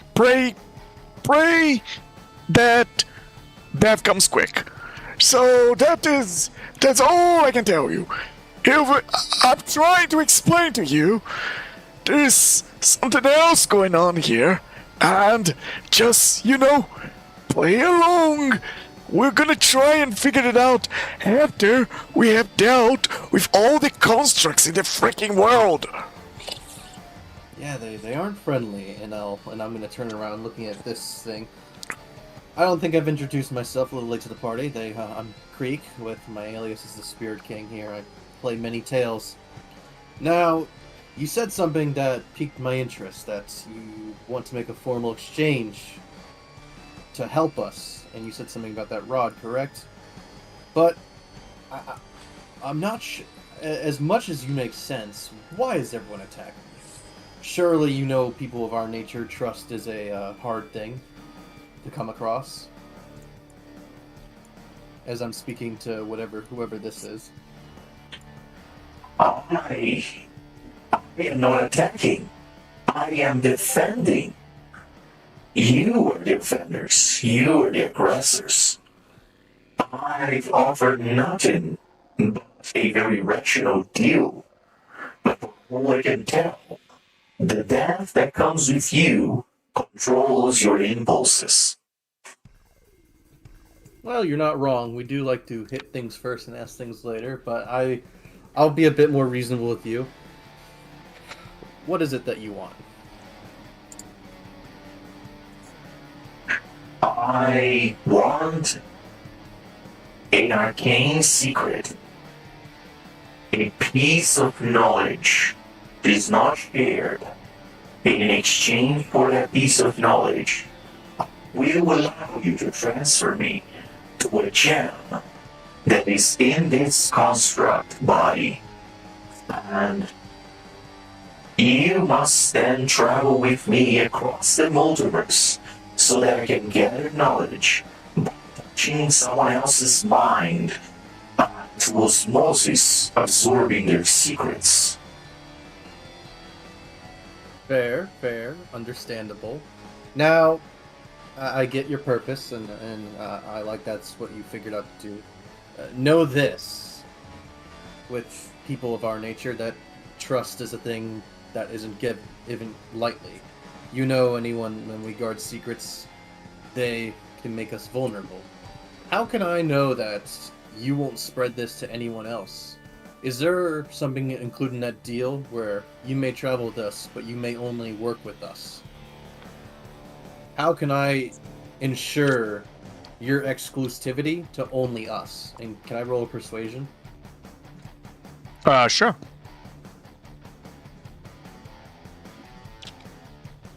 $34.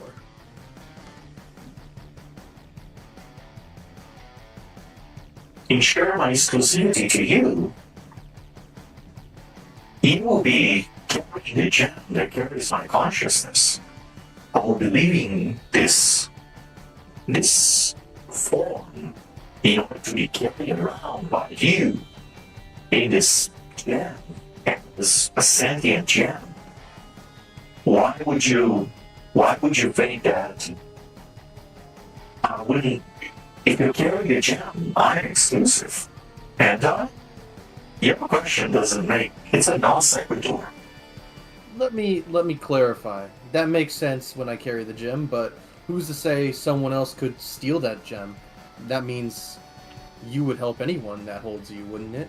But what is there a way that even if someone else had you, you would not give information to them, and only to us, even if we lost your possession? What you want is loyalty. That is built with time. It's built with trust. And I cannot give you trust in advance. You should know that. The only way to build trust is over time. You would have to make a leap of faith and take your chances and carry me around.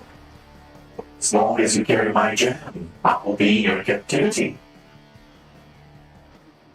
Well, you do speak the truth, and I'm going to switch to a more intimidating tone.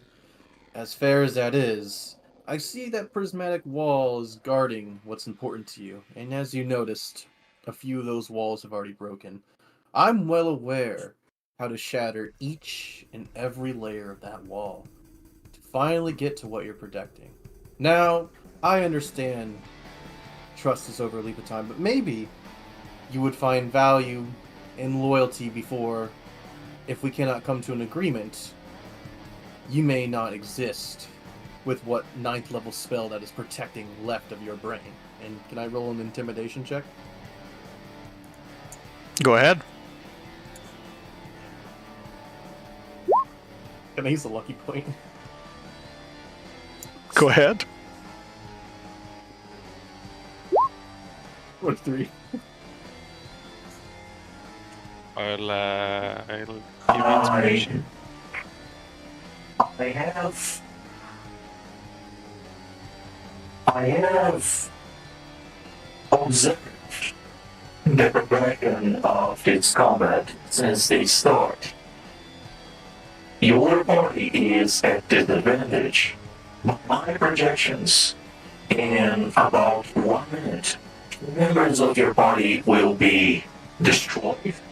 Only remaining you and the druid.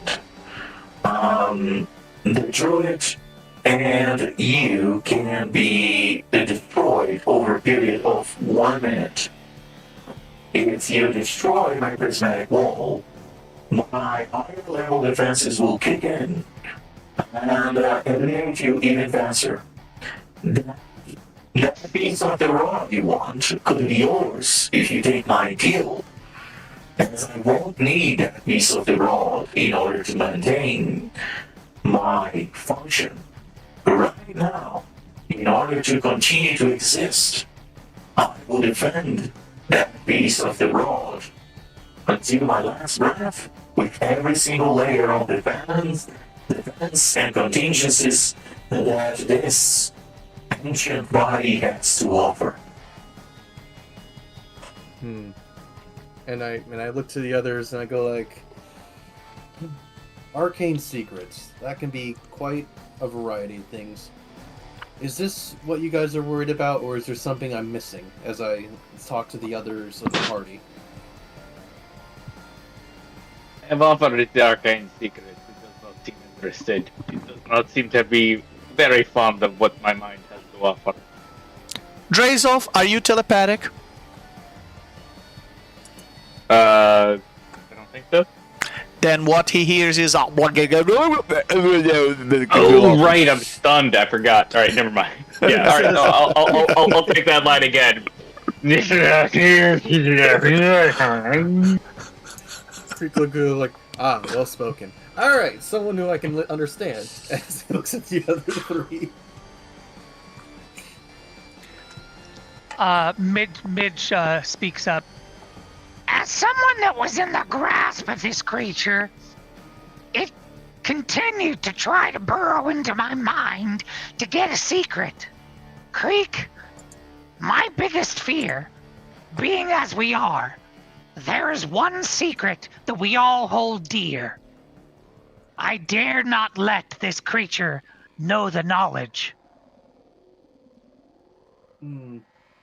I know what you're talking about as he thinks of as phylactery, but I know Creek could probably wish to figure out another secret to figure out.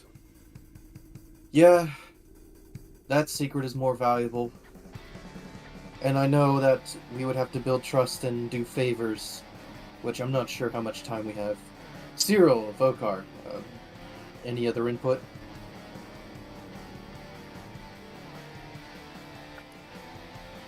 And he replies to you. Look,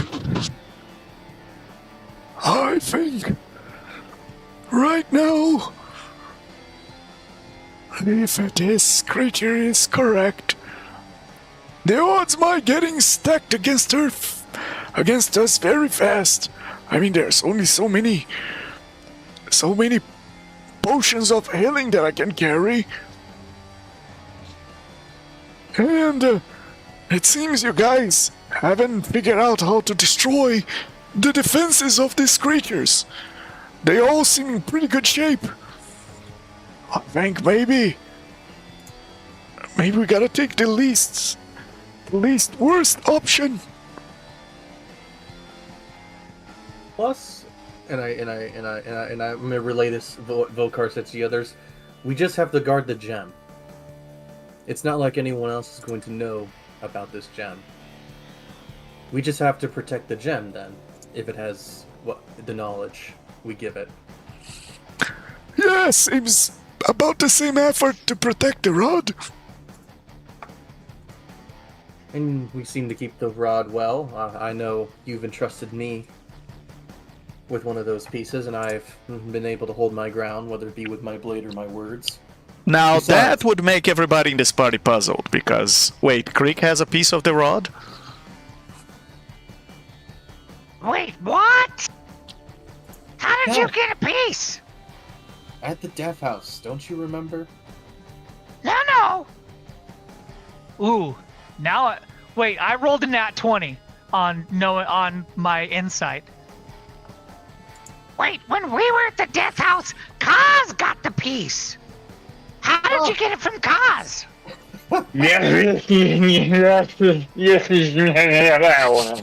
Us? You kidding me? That guy took a major loss against us. He thought he was being sneaky.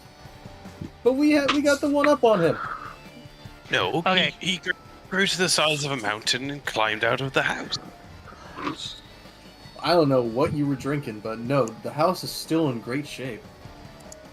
Okay, so what can I roll to try and make the connection that this, having seen the alternate Vokar and the alternate Sunfall And and you mentioning Necrolumpa. Loompa, yeah. What would I need to roll? Would this be another insight check? What would this be? It's an investigation. Intelligence? You're trying to make a Investigation. deduction. You also have Okay. advantage from my silvery barbs. I do. All right. Yeah, because this is my first roll. Yeah. 13. Oh, Cyril, Goodness you got the bard's gracious. inspiration too. Oh yeah. I'm gonna use the bardic inspiration on my 16. which is, Drazov, if you try to make this investigation, you have advantage. mine's 27. Alright. Not sure what good that'll do. You're I've too got confused heroic right now. inspiration as well. But So- Cyril is the expert. Cyril's got a- Cyril is the 27. expert in makes timeline sense. shenanigans. Yes. Mhm. And Cyril, maybe you can explain to Midge, as the first theory that comes to your mind is that whatever the hell accidental wish, whatever the hell, well, you don't know about the wish, so whatever the hell happened that created two timelines, you think it maybe... Wait. Maybe the new timeline is overlapping with the previous one? Just as I thought. So And- there are two times, and at some point it's like two rivers that came separate from different mountains, and they just merged together into one. Where's And Loki when you need him? exactly. and just like that, you now have two rivers of the two different timelines that seem to have merged into one. And to you, if this creek is here, and he's telling, maybe there is another Cyril out there, guys, and maybe there's still a Necrolumpa out there, and a good one. But we don't know. But we don't know about Necrolumpa. I mentioned it. I mentioned all. Yeah, of I was talking more about the table for the players. Okay. Yeah. But Cyril, you know that there is a potentially another Cyril, another Midge, the same way there is another Volcar, and now this creek. Potentially another Drazov. So Cyril is going to look to Midge, he's going to look to Drazov, and he's going to look to Creek, and he's going to explain how, first off, with Vecna having possibly affected the timeline as much as he had, that we have a second Volcar. It's possible that we also have a second Creek from a different timeline that's joined our mainstream, and he's interconnecting with us. So That's it's possible exactly that he has, why we need to stop him. I mean, Stop. The universe is off balance. I mean, I don't see a second Creek here at the moment. Do you? No, Yeah, you I guys was have been saying so- stop. I was saying stopping Vecna, not Creek. Oh, Yeah. apologies. I was Apologies. just saying, I thought you were saying that too. No, I'm no, like, no. wait a second, I'm not No. She's saying it's exactly why we need to stop Vecna, because the universe is now not balanced, which is what Midge is trying to see. So, with And, multiple, Does Creek have now somewhat of an understanding of what's going on because of what Cyril's explanation is? As Yeah, I've been talking. yeah. And I look and go like, I mean, you're still skeptical about the explanation, but I mean, he knows more about time than you do. So I mean, so Cyril is gonna look at the rest of the group and be, so the possibilities are endless. There could be a Creek who plays his guitar with his left hand instead of his right hand, and there could be a Midge who smells delightful. Probably not, but it's a possibility. No! Kill her! Kill her! I want to find her and kill her. Creek tries to play his guitar left-handed, so that's gonna be persuasion with disadvantage. And No, performance. He'll look Which at is- Drazov, which and he'll was be two like, times. and for you, there could be someone with a human face, a skeleton body, and the body's on fire. Who knows? Endless possibilities. Drazov is going to respond with a very skeptical. And he's Well- gonna say, "I'll take that. I'll take that as a yes." Creek, after understanding things and saying, well, I do apologize for the rash actions. It does sound mutually beneficial, I'll say, to have you join us and build that trust. Alright. As long as you don't attack me, I won't attack you, but do know this is up to the group. But you have my approval for what you're offering, alright? As I say that to whoever this is. so you are taking the offer of Landro. Well, I'm gonna make sure it's a group thing. I say to the others, I want to make sure you got this. Will only go through if you all agree. But I think we should take this.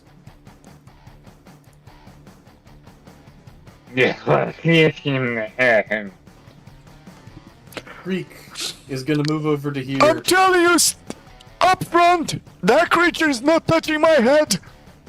I don't give a damn about what you agree with it, but that creature is not touching my head. What Creek's gonna do, because he's getting infuriated by that, not by Vokar, he's gonna cast Greater Restoration. Oh, Drazov. As an action, I'm gonna subtract 100 gold. Oh, Very shoot, now I good. need to figure out what he was actually trying to say. I'm like, you can speak now, you know. And then Creek is gonna fly right back.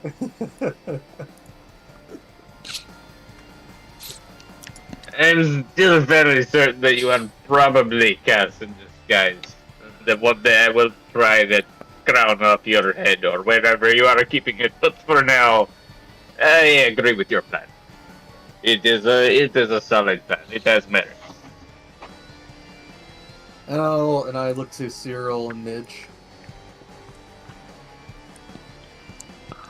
Cyril will just go with the group. He's pretty content after realizing the probabilities of time and how endless they are, and the entity that's in front of him from a different timeline. He's just staring at Creek with intent of almost desire, thinking of the possibilities that's available to him.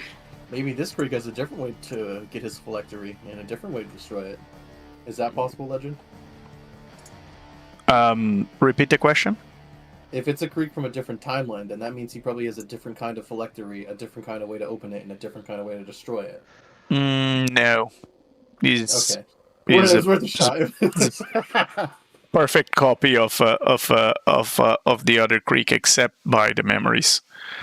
That the Worth a two shot. timelines are extremely similar. There's only a little bit of a detail, which is Necrolumpa is switched with Drazov. So the decisions of the group in the previous timeline with Necrolumpa were very different because of how she weighs in into the group decision than what the group decisions in this timeline were with Drazov, because of how he weighs in into the group I think decision. that officially means that that the presence of Drazov is why Kaz got away with that piece of the rod. And I just want to say you're very welcome, everyone.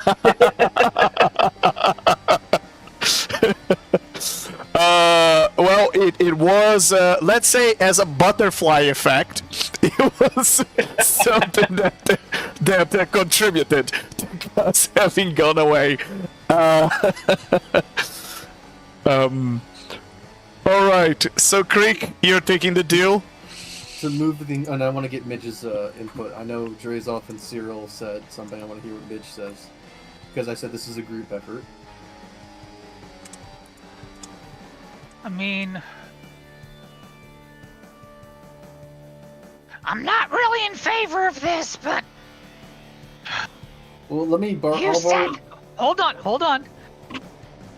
you know that trust is an issue. You know how delicate trust is with us. If you indeed are the same creek, but a different creek, I will trust your judgment. If we're able to protect the rod and protect our own secrets, then this gem is just an extension of it. And since we've been one step ahead, even though you've told me otherwise, I'm confident we can protect ourselves. Think, there's a lot of utility, and I'll say, and as I'm trying to stroke this thing's ego, it wants information and it has a lot of information. And I'm sure we could both mutually benefit. And then I'm going to say one thing. But I know Vokar here has disagreed. But why don't we exclude him out of that deal? All four of us here have agreed. You don't need to help someone who doesn't want to agree to you. Can I persuade again, as I'm trying to like butter it up? Sure. And while you were trying to persuade the creature, Cyril, I must say, to you, the realization that the two timelines are like two rivers that each are just come from different journeys and converge their currents into this one single unified flow of time. It's an aberration, and you start to remember chronapsis, and in this timeline, when you've accidentally went to the prison and encountered chronapsis, which happened very similar like the other one, except Drazov was there instead of Necrolumpa. You've encountered Chronepsis and you remember him telling you that Vecna is messing with the timelines and that's why he wants to take him down. It makes you wonder if those words echo in your mind. You remember encountering the cleric of Chronepsis trying to clear the catacombs of the Neverwinter Castle.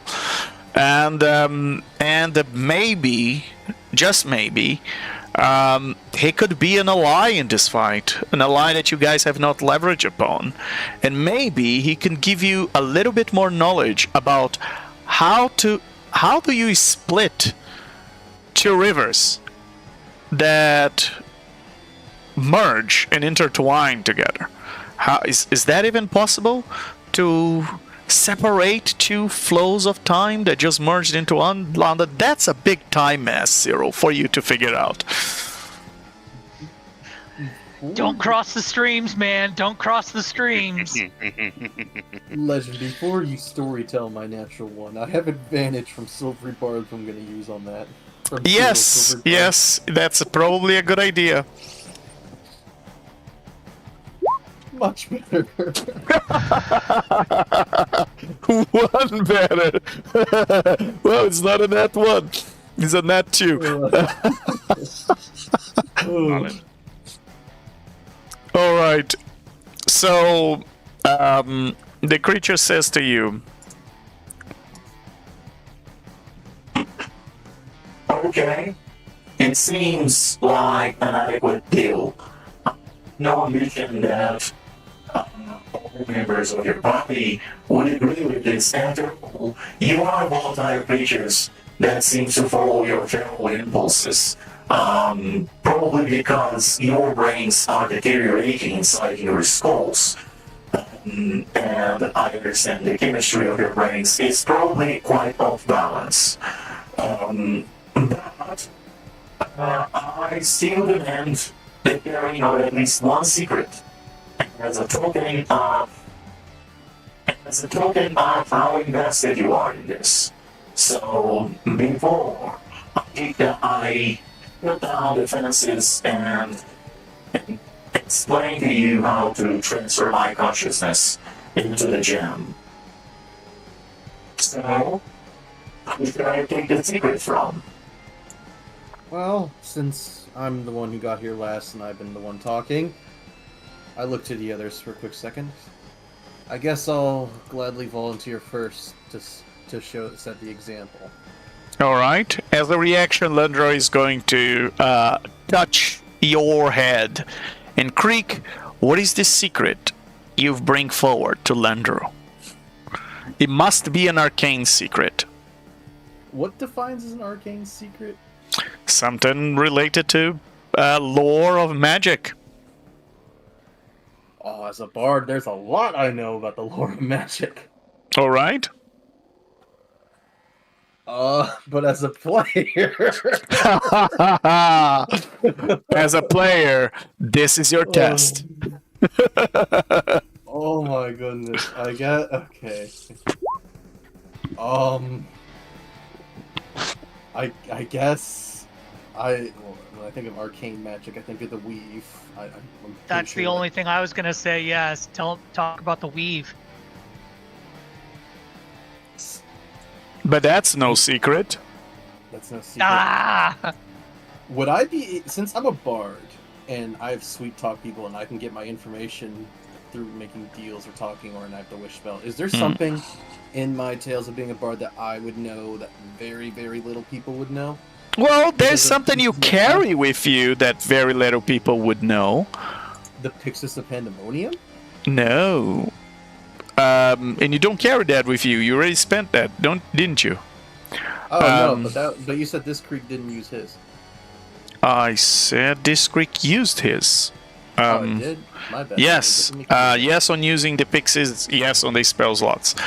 Okay. So, the piece of the rod you carry, this creature is using to charge itself as a battery, but it has no idea what it does. And, well, That's a piece of secret of arcane knowledge. Only a few individuals in the multiverse know what the Rod of Seven Parts do. Although even you, Creek, you don't know exactly what are the powers of this rod once you put all the 7 pieces together, because it's not about what the rod just can just do and something you discover with an identify spell. Volkar says that there is more that his rod can do, that it exists from an archaic period of time, and a simple identify spell won't tell you everything this rod can do. Okay. Can I tell him how I became a Lich? Yes, you can. That's not an arcane secret, unless you want to talk about the ritual. Okay, no. Oh, there are other pieces of things that this party would know. In both timelines, Ronaldo took the locket. I'm aware of that. Yes, you're aware that he has a vestige of the Evening Glory with him.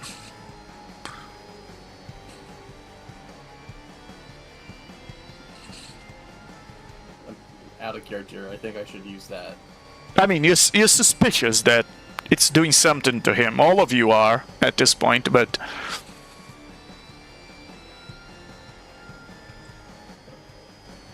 Guys, I think I'm gonna use that as my arcane secret. That's fine. That's our. Yeah, all right. it seems to be the safest thing I'll to mention. reveal.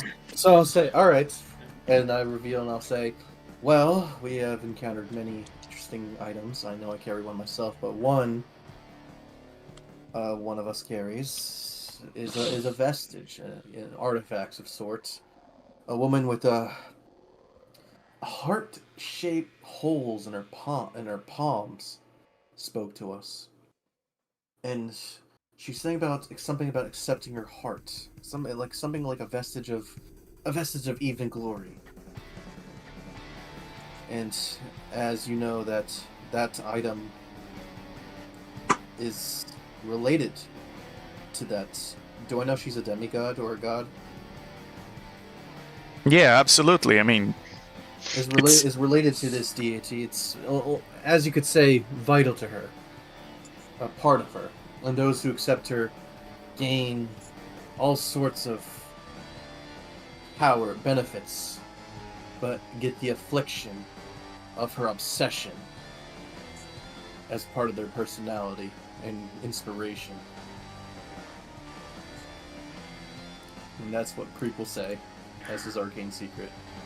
Would you be able to show me one day? Well, we'll have to meet with this other person. I know you have not met Ronaldo, but I'm sure he'd be able to show it, and I can definitely convince that, as you've seen how well my words are. Wonderful. and as you finish explaining all these things, the creature takes its hand out of your head, and as you could feel, it was physically absorbing the knowledge out of your brain. And then it gives a command. Right. Defense sequence. All defense drones return to your posts. Alarm. False alarm. And as it says that, you suddenly see all the drones landing on the ground. The ones that were floating here just land on the ground, and they immediately go into sentry mode. And the ones that are up here, they go to their little corners. They immediately move as a reaction, and they also go into sentry mode. And yeah, go ahead. I'll also say as well, whoever this is, he's friendly, right? We should probably tell him to stop. I saw him destroying stuff. Above the table, I only get to command him on my turn. Until my turn comes around again, he's still just kind of following his last orders given. Which were? To kill all the hostile targets, basically. They're Which not hostile anymore if they're. right, powered. yeah, like the only. Because again, at the time of that last orders given, Creek was new on the board, and I don't think Drazolf even had line of sight to Creek at that point. So he's just kind of an unknown quantity. Trust me, if he fights me, I'm gonna beat that demon up. Fair enough. Yeah. Fair Well, enough. it shouldn't be hard because if I recall correctly, he is also stunned. Yeah, and he's looking at you funny, Creek, like he wants to attack you. And wait, can I drop that as a free action when it's not my turn? Like, can I drop concentration on the spell, or Yeah, does it have to absolutely. be my turn? Absolutely, you can. Concentration is a Okay, free then, action. Dropping concentration is a free action. And it doesn't have to be my turn. Right. No, it doesn't. Okay, then yeah, as Creek says that, I'm going to Drazolf is going to say, yeah, you just get the way, just go back where you came from. You useless creature, just absolutely useless. Just go away. And Now, with that, it If disappears you in a puff stop of smoke. concentrating on the spell before it reaches its full duration, the demon becomes uncontrolled and it doesn't disappear for 1d6 rounds. If it still has if hit I points. remember correctly, that's only if it's uncontrolled. And since it failed its last charisma check to break the control, then if I drop concentration while it's still under control, it just goes away. All right. Okay. I could be wrong on that. Don't take my word for it, but that was my understanding of the spell. I am also very much on board if we're just going to have a rampaging Glabrazu that is also starting off stunned, because that sounds really funny to me. But either way, however we want to do this. But my reading of this spell is that it only gets loose if it's uncontrolled when I drop Alright, fair concentration. enough. So you send the demon back to the hellhole where it came from. Or the abyss. Alright, as you drop concentration. Are And we out of initiative? you're definitely out of initiative. All right, Midge will drop concentration on, and drop her spores as well. Yeah, I'll drop haste. Creek's just gonna keep flying and go in relative positions in the air like it's nothing. Alright, Volkar can drop the shroud and he can cast Greater Restoration on himself to get out of stun, although it comes out automatically because it's the end of the round. Alright, and okay, so all of you are now in the same room as Landro, and the creature tells you that you have to go to this Colossus Foot, right? left One of the feet. Yeah, it's to the left foot. Yeah, and in the left foot, you will find a very specific gem that can be used to transfer the consciousness of this creature. And Midge will say, Will we have to protect ourselves, or are we free to roam throughout the construct? who are you asking to the Landro. Landro. All right. Yeah, because So- there are things all over the construct that we would have to worry about. Everything has been deactivated.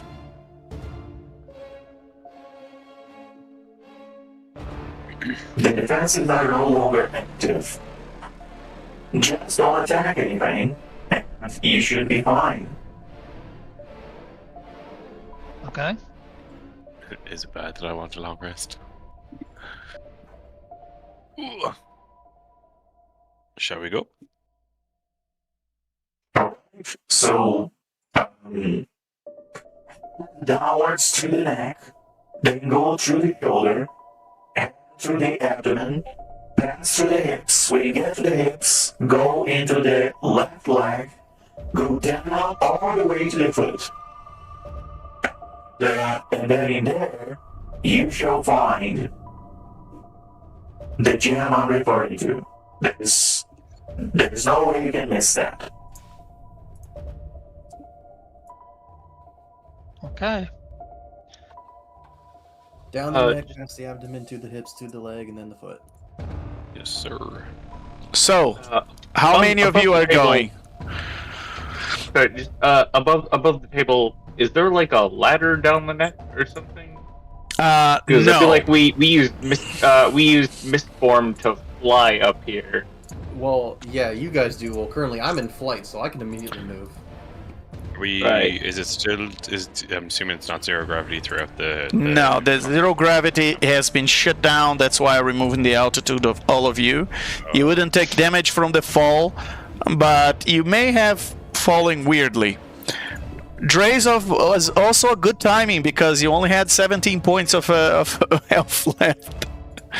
You need some serious healing. Yeah, I think he's gonna go ahead and chug a potion. All right. Green healing, because that's yeah. Go ahead.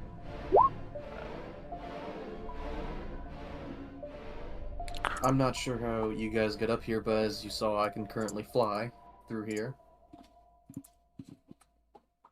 I can cast fly. Midge will wild shape into a giant eagle. Will a giant eagle, is that too big for this space? Yeah. You're not gonna be able to fly very well in here. Alright, there's just a regular eagle then? Just a regular eagle, fine. All right. Like Midge is more of a bat person.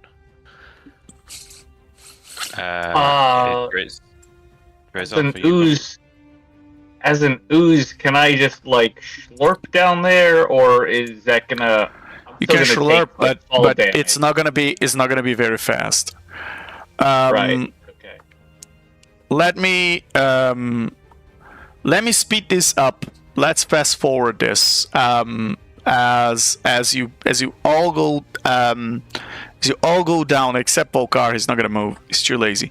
You all go down all the way to the foot, and you come back. Takes you about maybe 5 minutes or so to go all the way down there and find your way. There is a stone door at the toe that of what seems to be a hollow foot. It has the foot is broken in several parts, and it's jammed, and the door in itself is jammed shut. Through the cracks in the door, you can see the solid stone of the surrounding mountain. As you search around the area, you check spots of dusty, lusterless areas, and you find this gemstone just lying in a corner. It looks like a crystal, and it's but it has the same appearance as the gray matter liquid that is coming out of that brain. The same chromatic looking, metallic looking crystal.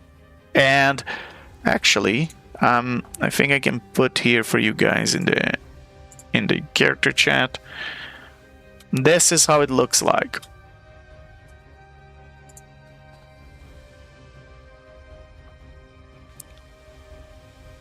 And you can grab by the dice and just bring that entire cup with you. And as you do, as you come back, takes about 1 minute, and Landro transfers his consciousness to the gem. And when he completes the process, the prismatic wall disappears, and the piece of the rod is now accessible. You've noticed that the liquid stops dripping out of the brain. The machine that was sustaining the brain seems to be powering down.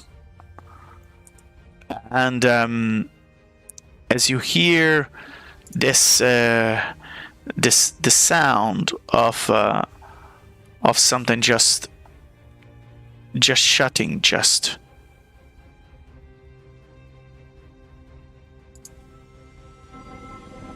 Well, glad I came.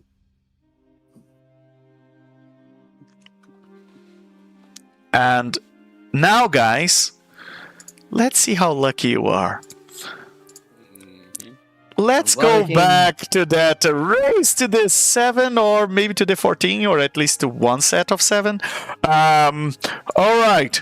So there are right now there are 4 pieces of the rod, of the 2 rods, that apparently don't have an owner, don't have someone with them. But there's a chance you might have found a piece you already have from the other rod. Maybe things are not as clear as anticipated. So, who wants to roll a d14 to discover what piece of the rod is standing on top of that brain? All right. I'll do it. In character, exclamation point R, 1d14. All right, here we go. Drum roll. 4. Excellent, Midge. The piece of the rod that is standing there is the 5th one. Now, which one of the 5th ones? You have no idea. But you're not going to put it on there for us? No, I will not. I will put. It's one of. I'll tell you, it's one of these. So let me put. Let me put. Maybe one of these, right? The ones in between Necrolumpa and Vokar, or Drazov and Vokar. Yeah, it's one of the light blue ones. And who is taking this piece of the rod? I can. I'll take the piece. So Cyril is taking? No objections? I'm fine with that. All right. I trust the Cyril. All right. So this is either... Did you say I'll trust this Cyril? Yes.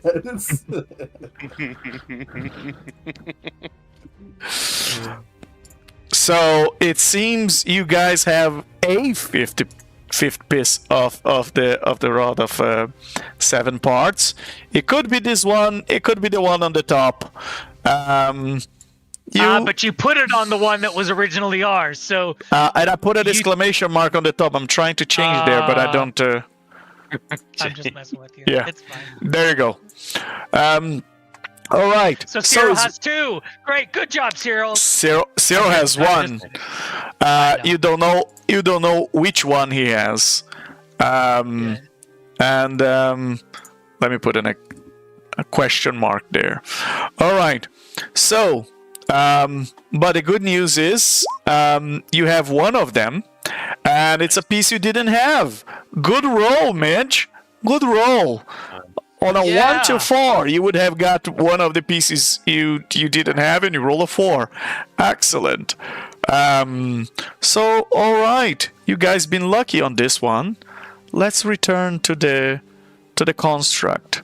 And let me tell you what happens as the consciousness transfer to this gem, the consciousness of Landro. The gem comes out of the dice and starts to float in the air, just like an orb. And it has it works like a sentient orb that carries knowledge. It has blind sight to a certain extent. It can speak the same languages as Landro could speak, and it can carry knowledge, and whoever touches it, it can learn from that creature from osmosis, the same way Landro was doing when he was in that weird liquid form. It can also communicate telepathically and out loud. It can project its sound in the air. So you have an orb of knowledge of Landro that would just follow you around as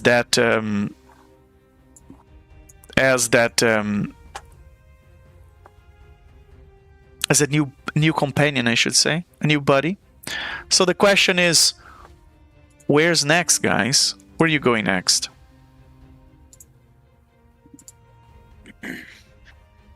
Well, I think we need to rest. I think for you guys, Midge is like untouched. Creek is gonna definitely not untouched. Creek is Just gonna sending spell. Just as a quick side note, as the brain started to stop sending out that like ooze or whatever, Drazol rushed forward and tried to scoop up as much as he could into vials. And once the consciousness had fully transferred over to the orb, he takes out his knife and starts gouging big chunks out of the actual physical brain itself, and adding them to his component pouches. Very good. For Very later good. study. Excellent. So, guys, what would you like to do? Get some rest if possible. We're gonna go back to the Necrotree then. Probably, yeah. And how are you doing that? I'm gonna look at Vokar and say what you got. And he says, "Well, we're gonna have to go into the ethereal. Someone's gonna have to cast plane shift for us, and from there, I guess we go to the Necrotree next." Yeah. Are we safe to rest here? That's a good question, Midge. I don't know. We just saw Mr. Sunfall and Necroloompa coming out of here. I honestly don't know if they're going to come back or not. Let's at least take an hour. Can we sit here for an hour and just try to put these things on you bought for us? Yeah, I think that is a good Before we plan. before we go anywhere else, we need to make sure that we can't be tracked. I agree. Well, So are you guys cool with at least taking a short rest here so we can? Those Can of we us that attune Can we attune to those necklaces or the amulets with a short rest? Well, I'm Yeah. wearing mine because the previous Vokar told me to wear it at the death house. Yeah. That above Yeah. table, I can't attune to it because I'm attuned to 3 cursed items that I can't unattune to.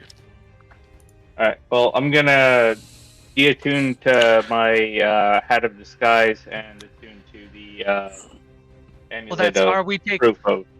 You can If only we are one item. taking a wait, what now? You can only attune to one item during a short rest. Right. Yeah, I'm saying that I'm unattuning to the Hat Oh. of Disguise in order to free up an Therefore. attunement slot. All right. Okay. And then During I that short suggest- rest. Oh, sorry, go for it. No, go ahead, man. I was gonna say Creek's gonna cast Sending to the Vokar he knows, or to Vokar, and he's also gonna play Song of Rest, so you guys get an extra D12 if you're regaining hit dice. I'm playing my Song of Rest too. Okay. Cyril, this is above the table.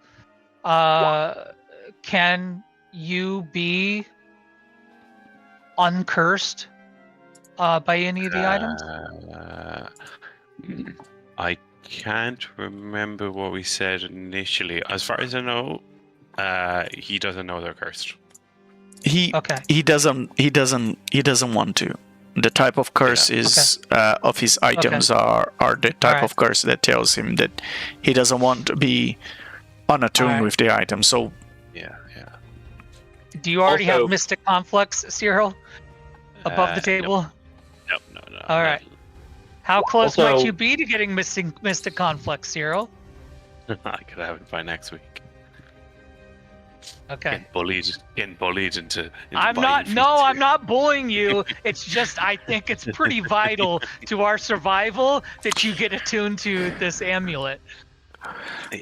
you guys have 2 scrolls of non-detection that you requested Illustrio to get it for you.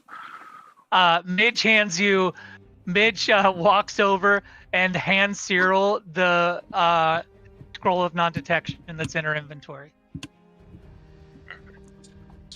Non-detection. 'Cause I have- Can I? It is in my, so I will take it out. You have 2, Midge. I do.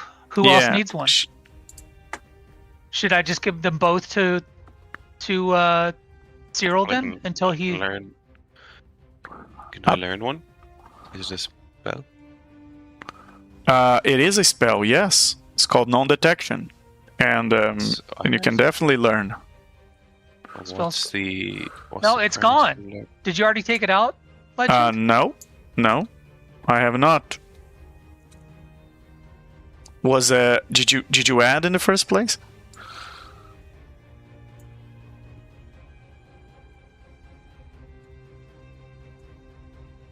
Yes, I have them. It's just in white, so I didn't recognize it. Yeah, scroll of non-detection. I have 2 All of right. them. Yeah. So I will give them both. I'll give them both to you, Cyril. That's fine. Can I learn the spell in the downtime? In an hour. Yeah, absolutely. Yep. No, in downtime, no. In downtime, yes. In an hour, no. Sure. Okay. It's a high level spell. You can cast one of them and then learn the second one. Yeah, that's what I'll do. Perfect. It's So definitely we something are useful taking for a you to short know. Rest, yes.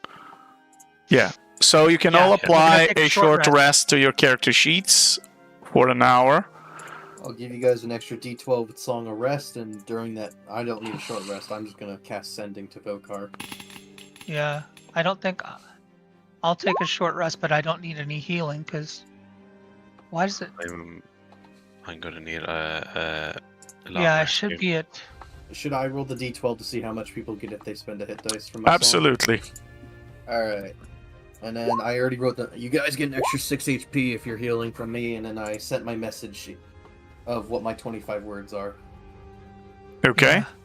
You sent it to me? No idea And what's then, going on with my I can DM it to you. I said I got a piece of the rod, but I met our group again. I thought we were it's splitting in up. chat. Yeah. That's in chat. Okay. Very good. So, you were all after this. You were all returning to the Necrotree, correct? Mhm. I And think so. let me bring your little friend here, who is now going to the new member of this party, who's now going to be floating around with you. And if we need explanation on how I can cast plane shift. And I'm obviously going to use one of the scrolls, if that's not been clarified. Okay. Customize. Cyril, do you know above the table again? Do you know how close you are to your first boon? Are you still quite a ways away? Off the top of my head, I don't know. Okay, because there's also a boon of non-detection as well that you can use if that's something you want to get. Because I almost grabbed it, Yeah. but then I realized, yeah. Yeah, no, off the top of my head, That's just an idea. Yeah, I'm just giving you an absolutely, idea. absolutely. All right. All right. So there you go. There you have it. Landro floats above the ground. Is like having a Professor Orb, basically. Oh, there he is. Okay, I was like, where is he? Now I see him. He floats above the ground. You guys take this and you return. Ooh, he's gonna find out about the Necrotree. That's interesting. Yeah. Landro is just going to be observing and collecting data on everything you do from now on. It's like having your personal recorder. Big brother. Oh, yeah. Interesting. And you all, as you cast Plane Shift, you return to the Ethereal Sea. And from there, Volkar can bring you back to the Necrotree quite fast. With his word of recall. So, let me bring you all back to the Necrotree. And then once that's all set, I wonder what both Volkar said when I used that sending spell. Okay.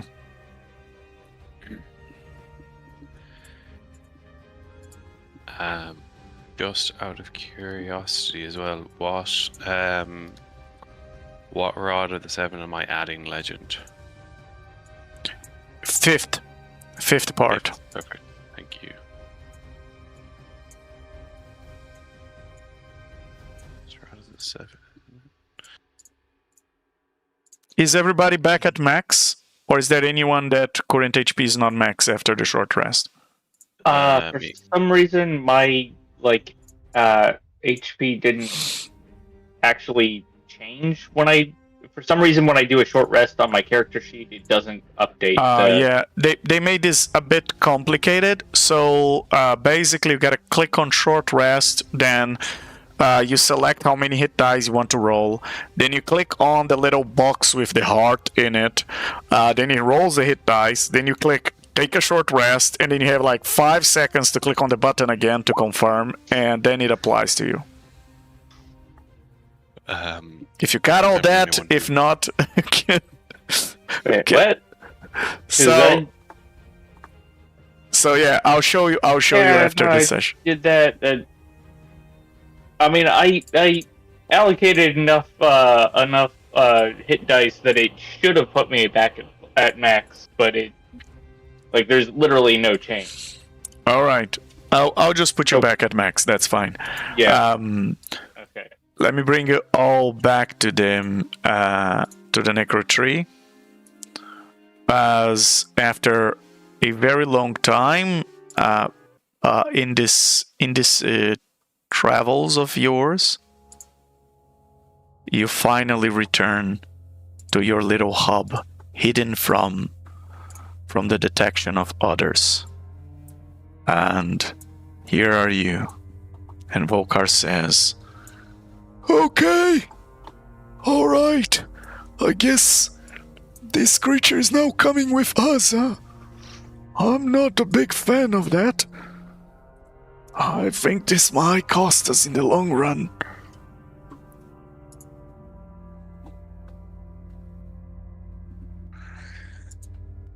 Well, I mean, we got another piece of the rod, and that's our main objective. Well, I guess you're right, Midge. But at the same time, we might be creating more risk than we're mitigating. I have to think about this. Maybe I need to prepare some contingencies. I tell you what, how about you guys plan where you go next? Strategize. I trust your judgment. I have something I want to do. And he goes back and leaves you guys in the Necrotree with Landro. Midge is going to go over here. She's gonna wander, cuddle up to the tree, and she has a spell scroll of horrid wilting, and she's just gonna start learning that spell. Okay.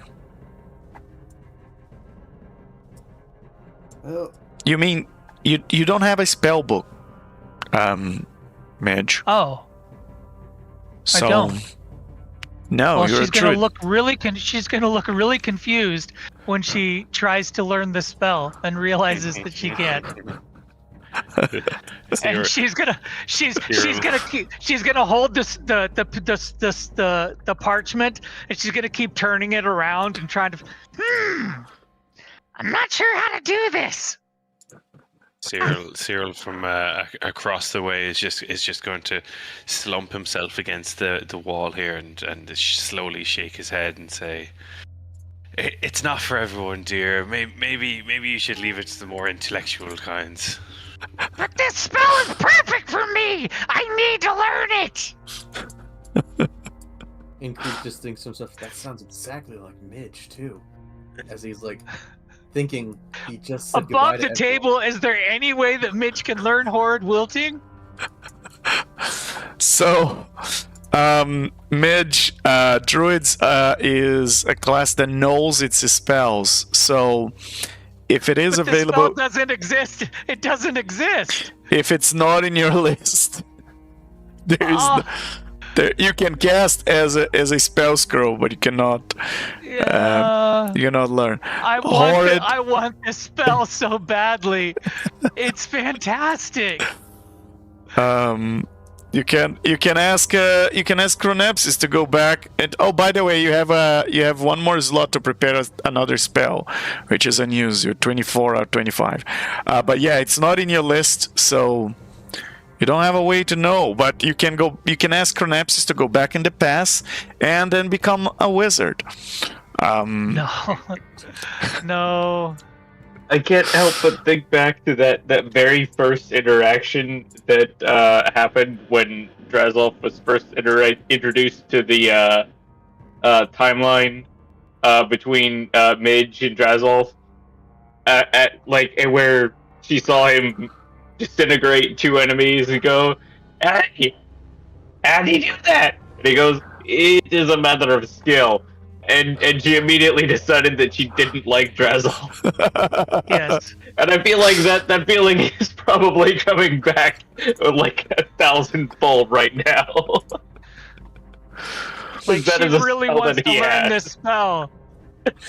Oh, I'm so upset. I understand. Like Midge is extremely frustrated because she loves everything about this spell. Cyril, are you a wizard? I am a wizard. So continuing our role play, you looked at that, and she's gonna go,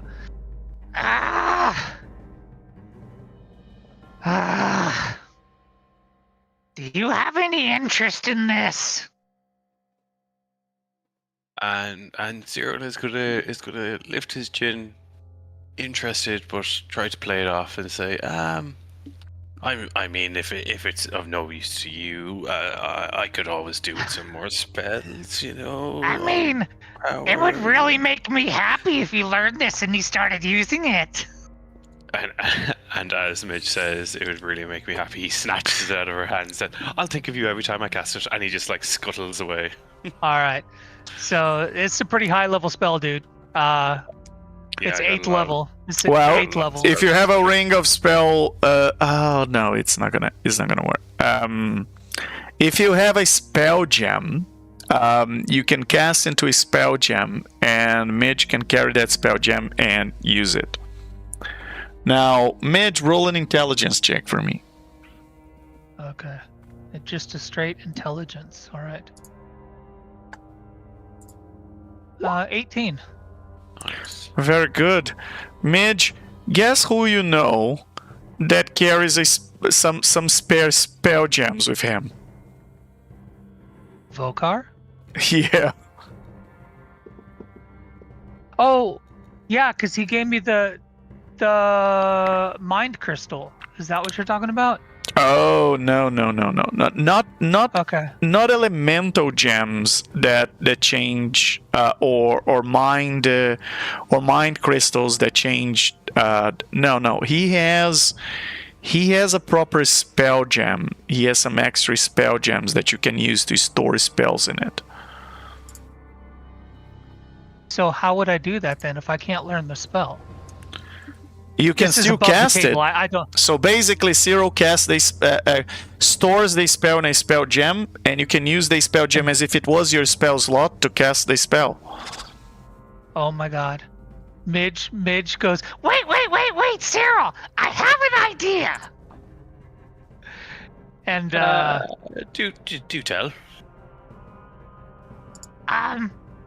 Where'd Vokar go? Vokar him. left. Cyril's gonna say Ah, that's not damn much of an it! idea. Vokar's gone, Midge. Vokar's gone. That's not much of an idea. Come on. Okay, well, can I have that back? Actually, no, you hold on to it, and when I'm ready, I have an idea so I can use it, okay? Please? and she hold on. She uses druidcraft, and she actually makes non-decrepit flourishing flowers in her hands. Please? Oh my gosh. Wow. No, that's. Oh my gosh. That's some character growth right there. Cyril's gonna look at Midge quite concerned and just go, yeah, if it means that much to you, I suppose, but Midge, let's be real, this isn't you. And he's going to like put his hand over the flowers and say, show me the real you. And she immediately turns them into wilting flowers full of necroses. All right. And he'd say, that's much better. That's much better, Mitch. All you had to do was ask. Okay. And Cyril will hold on to the spell scroll for the foreseeable, or for the time being. Very good. And then, as Landro is still observing this place, he says, Am I allowed to touch the tree? No. Good luck! and Dangerous. Because Mitch Landro- has tried, right? And Mitch Landro- tried talking to it. yeah, Landro heads towards and touches one of the leaves here of this mushroom of the tree. And What's it gonna do to him? and suddenly it starts to blink, and it's almost as if Landro is glitching, and as you see he's blinking, and there is this weird glow going around him, as it just starts to it starts to sparkle, and there's sparkles flying around, and it just go crazy.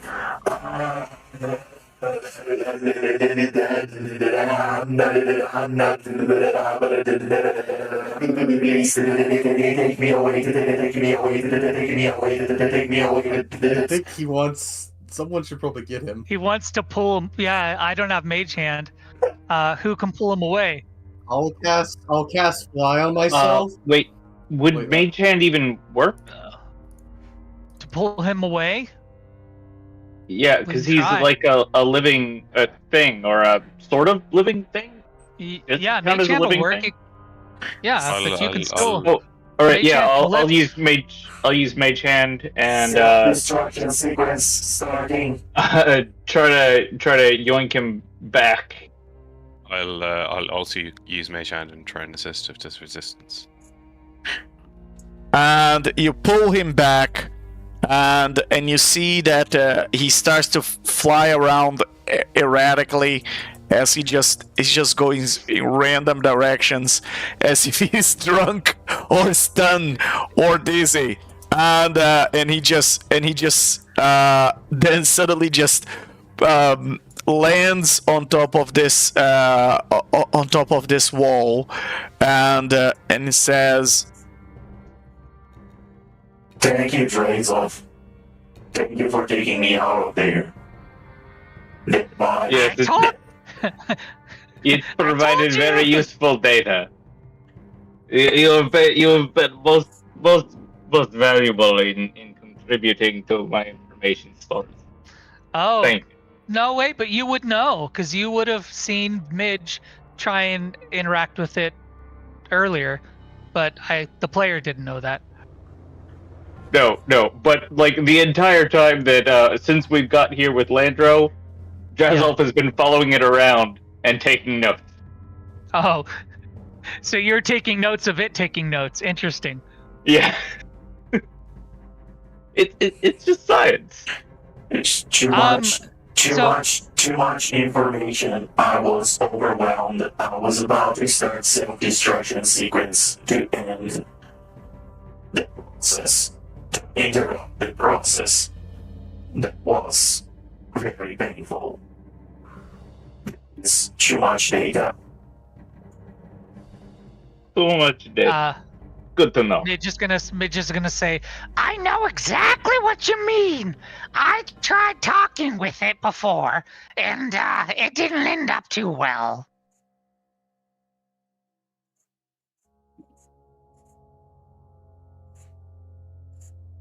It is very ancient. It knows too much. It is a giant organism. I will take an estimate 275 years to process all the data I've collected. Well, at least we're fulfilling giving you information. I'm glad we could give you something more than you could ever compute. I assume you will be giving us updates on what you decrypt as you like along the way, yes? Or can I expect a full documentation once you are finished? I can provide updates, yes. As long as I discover something of use. That will be most useful. Thank you again, Drazov. I owe you one. Yes, you do.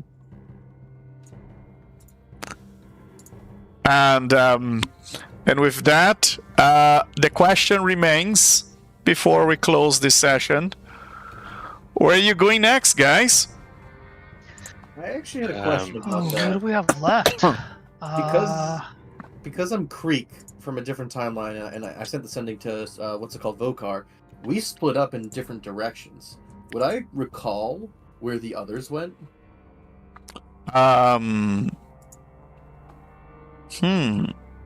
Roll an intelligence check. Hopefully I'm smart enough. 14. All right.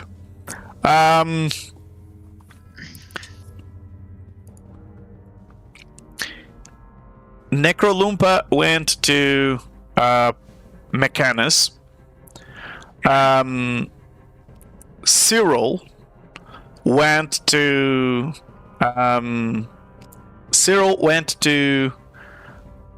the Underdark. You guys draw straws. He wanted to go to Mechanus. He went to the Underdark to talk to the Spider Queen. Midge went to the Abyss. That's Midge went to the Abyss to see if she discovers something about Miska. And Ronaldo went to the 9 house because, well, he's an aristocrat. He can navigate the diplomacy of the 9 house quite easily. So turns out that these trolls were quite, except for Cyril, who got screwed. He didn't want to go to Undead. He wanted to go to Mechanus. But for everybody else, you kind of went in good ways. Well, Cyril would also like to have gone to the Mount Iron route, but and meet Landro, but wasn't from your group. He didn't go. So yeah, everyone went to a different place to cover as much ground as possible because you were in a race and you had to recover the other pieces of the rod before Kaz got to it once you've realized that he was a threat. Now, this party have not decided if they're going to the 9 house to try and recover a potential piece of the rod that might be in a furnace. You hear some people have information there about where it could be. This party has not gone to The abyss. We've not. You have not gone looked for Miska yet. Yeah, because this party discovered that deduced that Miska might not have the rod because it's working with Kaz. So it might not have a piece of the rod. Otherwise, Kaz wouldn't have a reason to be coming after you guys. This party has not gone to the Spider Queen, the Loth, which was which the entrance to her domain is in the Underdark.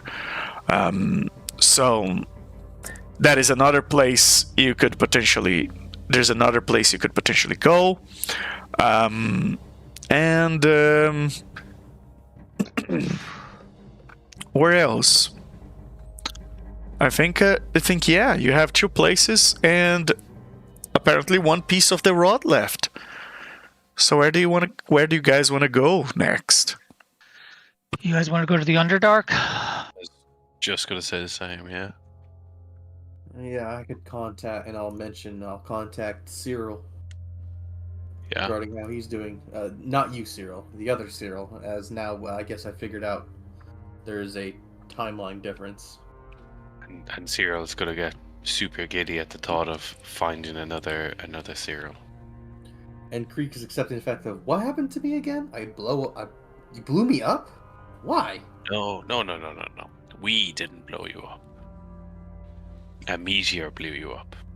Nothing to A do comet. with us. It just It didn't really blow you up. It more kind of smashed you. And I didn't see it coming. I think comets take a little more. Yes, no, you were trapped in a house, and Volkar brought a comet down that obliterated the house and smashed your body upon the ruins of the dirt. And then you remember that horrible goblin creature we encountered in the Ethereal Sea? Well, yes, it showed back up again, and it just pillaged your corpse. It was horrible to watch. Creek has no You question. It was You were awful. bravely protecting this house. You weren't hiding or fleeing. I mean, it was the bravest thing I've ever seen. Very honorable. Can I insight the multiple answers they're giving me? Yes. Just make a disadvantage. Disadvantage? Well, it's a 3 to start, so let's see if I go lower. 11. Where's my deception?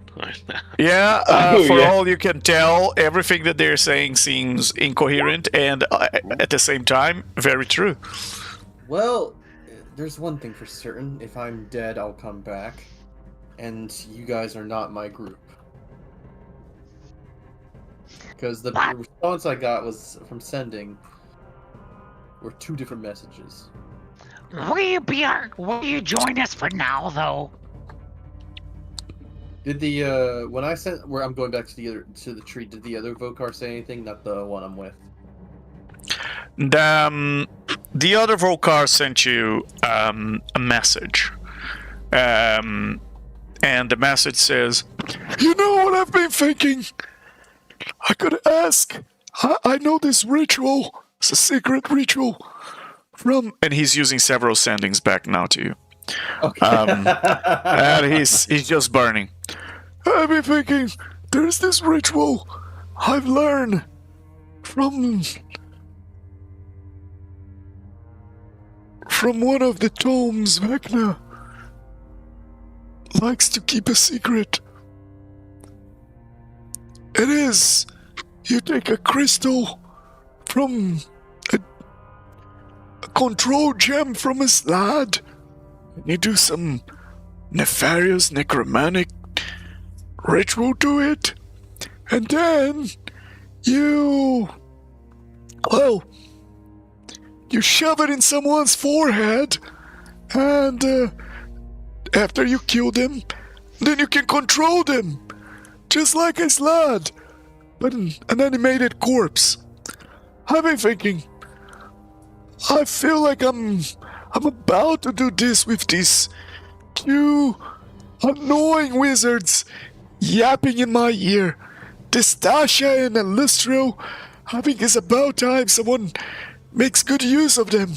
I think the best way of using their skills is by killing them and then just shoving a slot control gem in their brain and having their animated corpse just doing whatever they want. What do you think? I like this plan. It is a good plan. I wish you knew what he was saying to you. I'll say, well, it doesn't seem to hurt anything to help us out. I got a new ally. Whatever you think best for you, Vokar. I know we've been working together. Also, we seem to have a new ally that likes information. We made a small deal we exchanged a secret. Thankfully, your Vokar didn't want to do that. But he gave us a rod part and he'll help us on the way. Anyone who likes information is untrustworthy. And you are also burning several sending spells to send all that message back? Well, I'm able to respond back when someone uses sending. Yes. When one of us uses it, it burns it back. I can use 25. Alright, that is true. So you probably can send as many you can probably reply to as many sendings as he's burning to send to you. And I guess I'll end it off like, alright, well, you take care of them and utilize more allies for parts. I'll stay with this other group since I've been killed by you unleashing a comet. And I'll keep you posted if I find any other parts. They seem to have a few with them. And they're thinking where they want to go next. They seem to work together rather than us splitting up. Yeah. You know, I know the other one is also another Vokar. So he's probably the most trustworthy among all these liches. Because, well, it's me. But I would say, if it comes down to you taking the pieces of the rod and taking the pieces of the rod, make sure you take it and bring it to me. I'm sure the other Vokar is probably saying the same to the rest of the party. Well, with multiple timelines, you said there's multiple rods. Multiple rods. That's intriguing. I wonder how catastrophic this can be. I'll get back to you on that. And on that note, I'll conclude this session here. Just before we finish, can I just suggest to the group that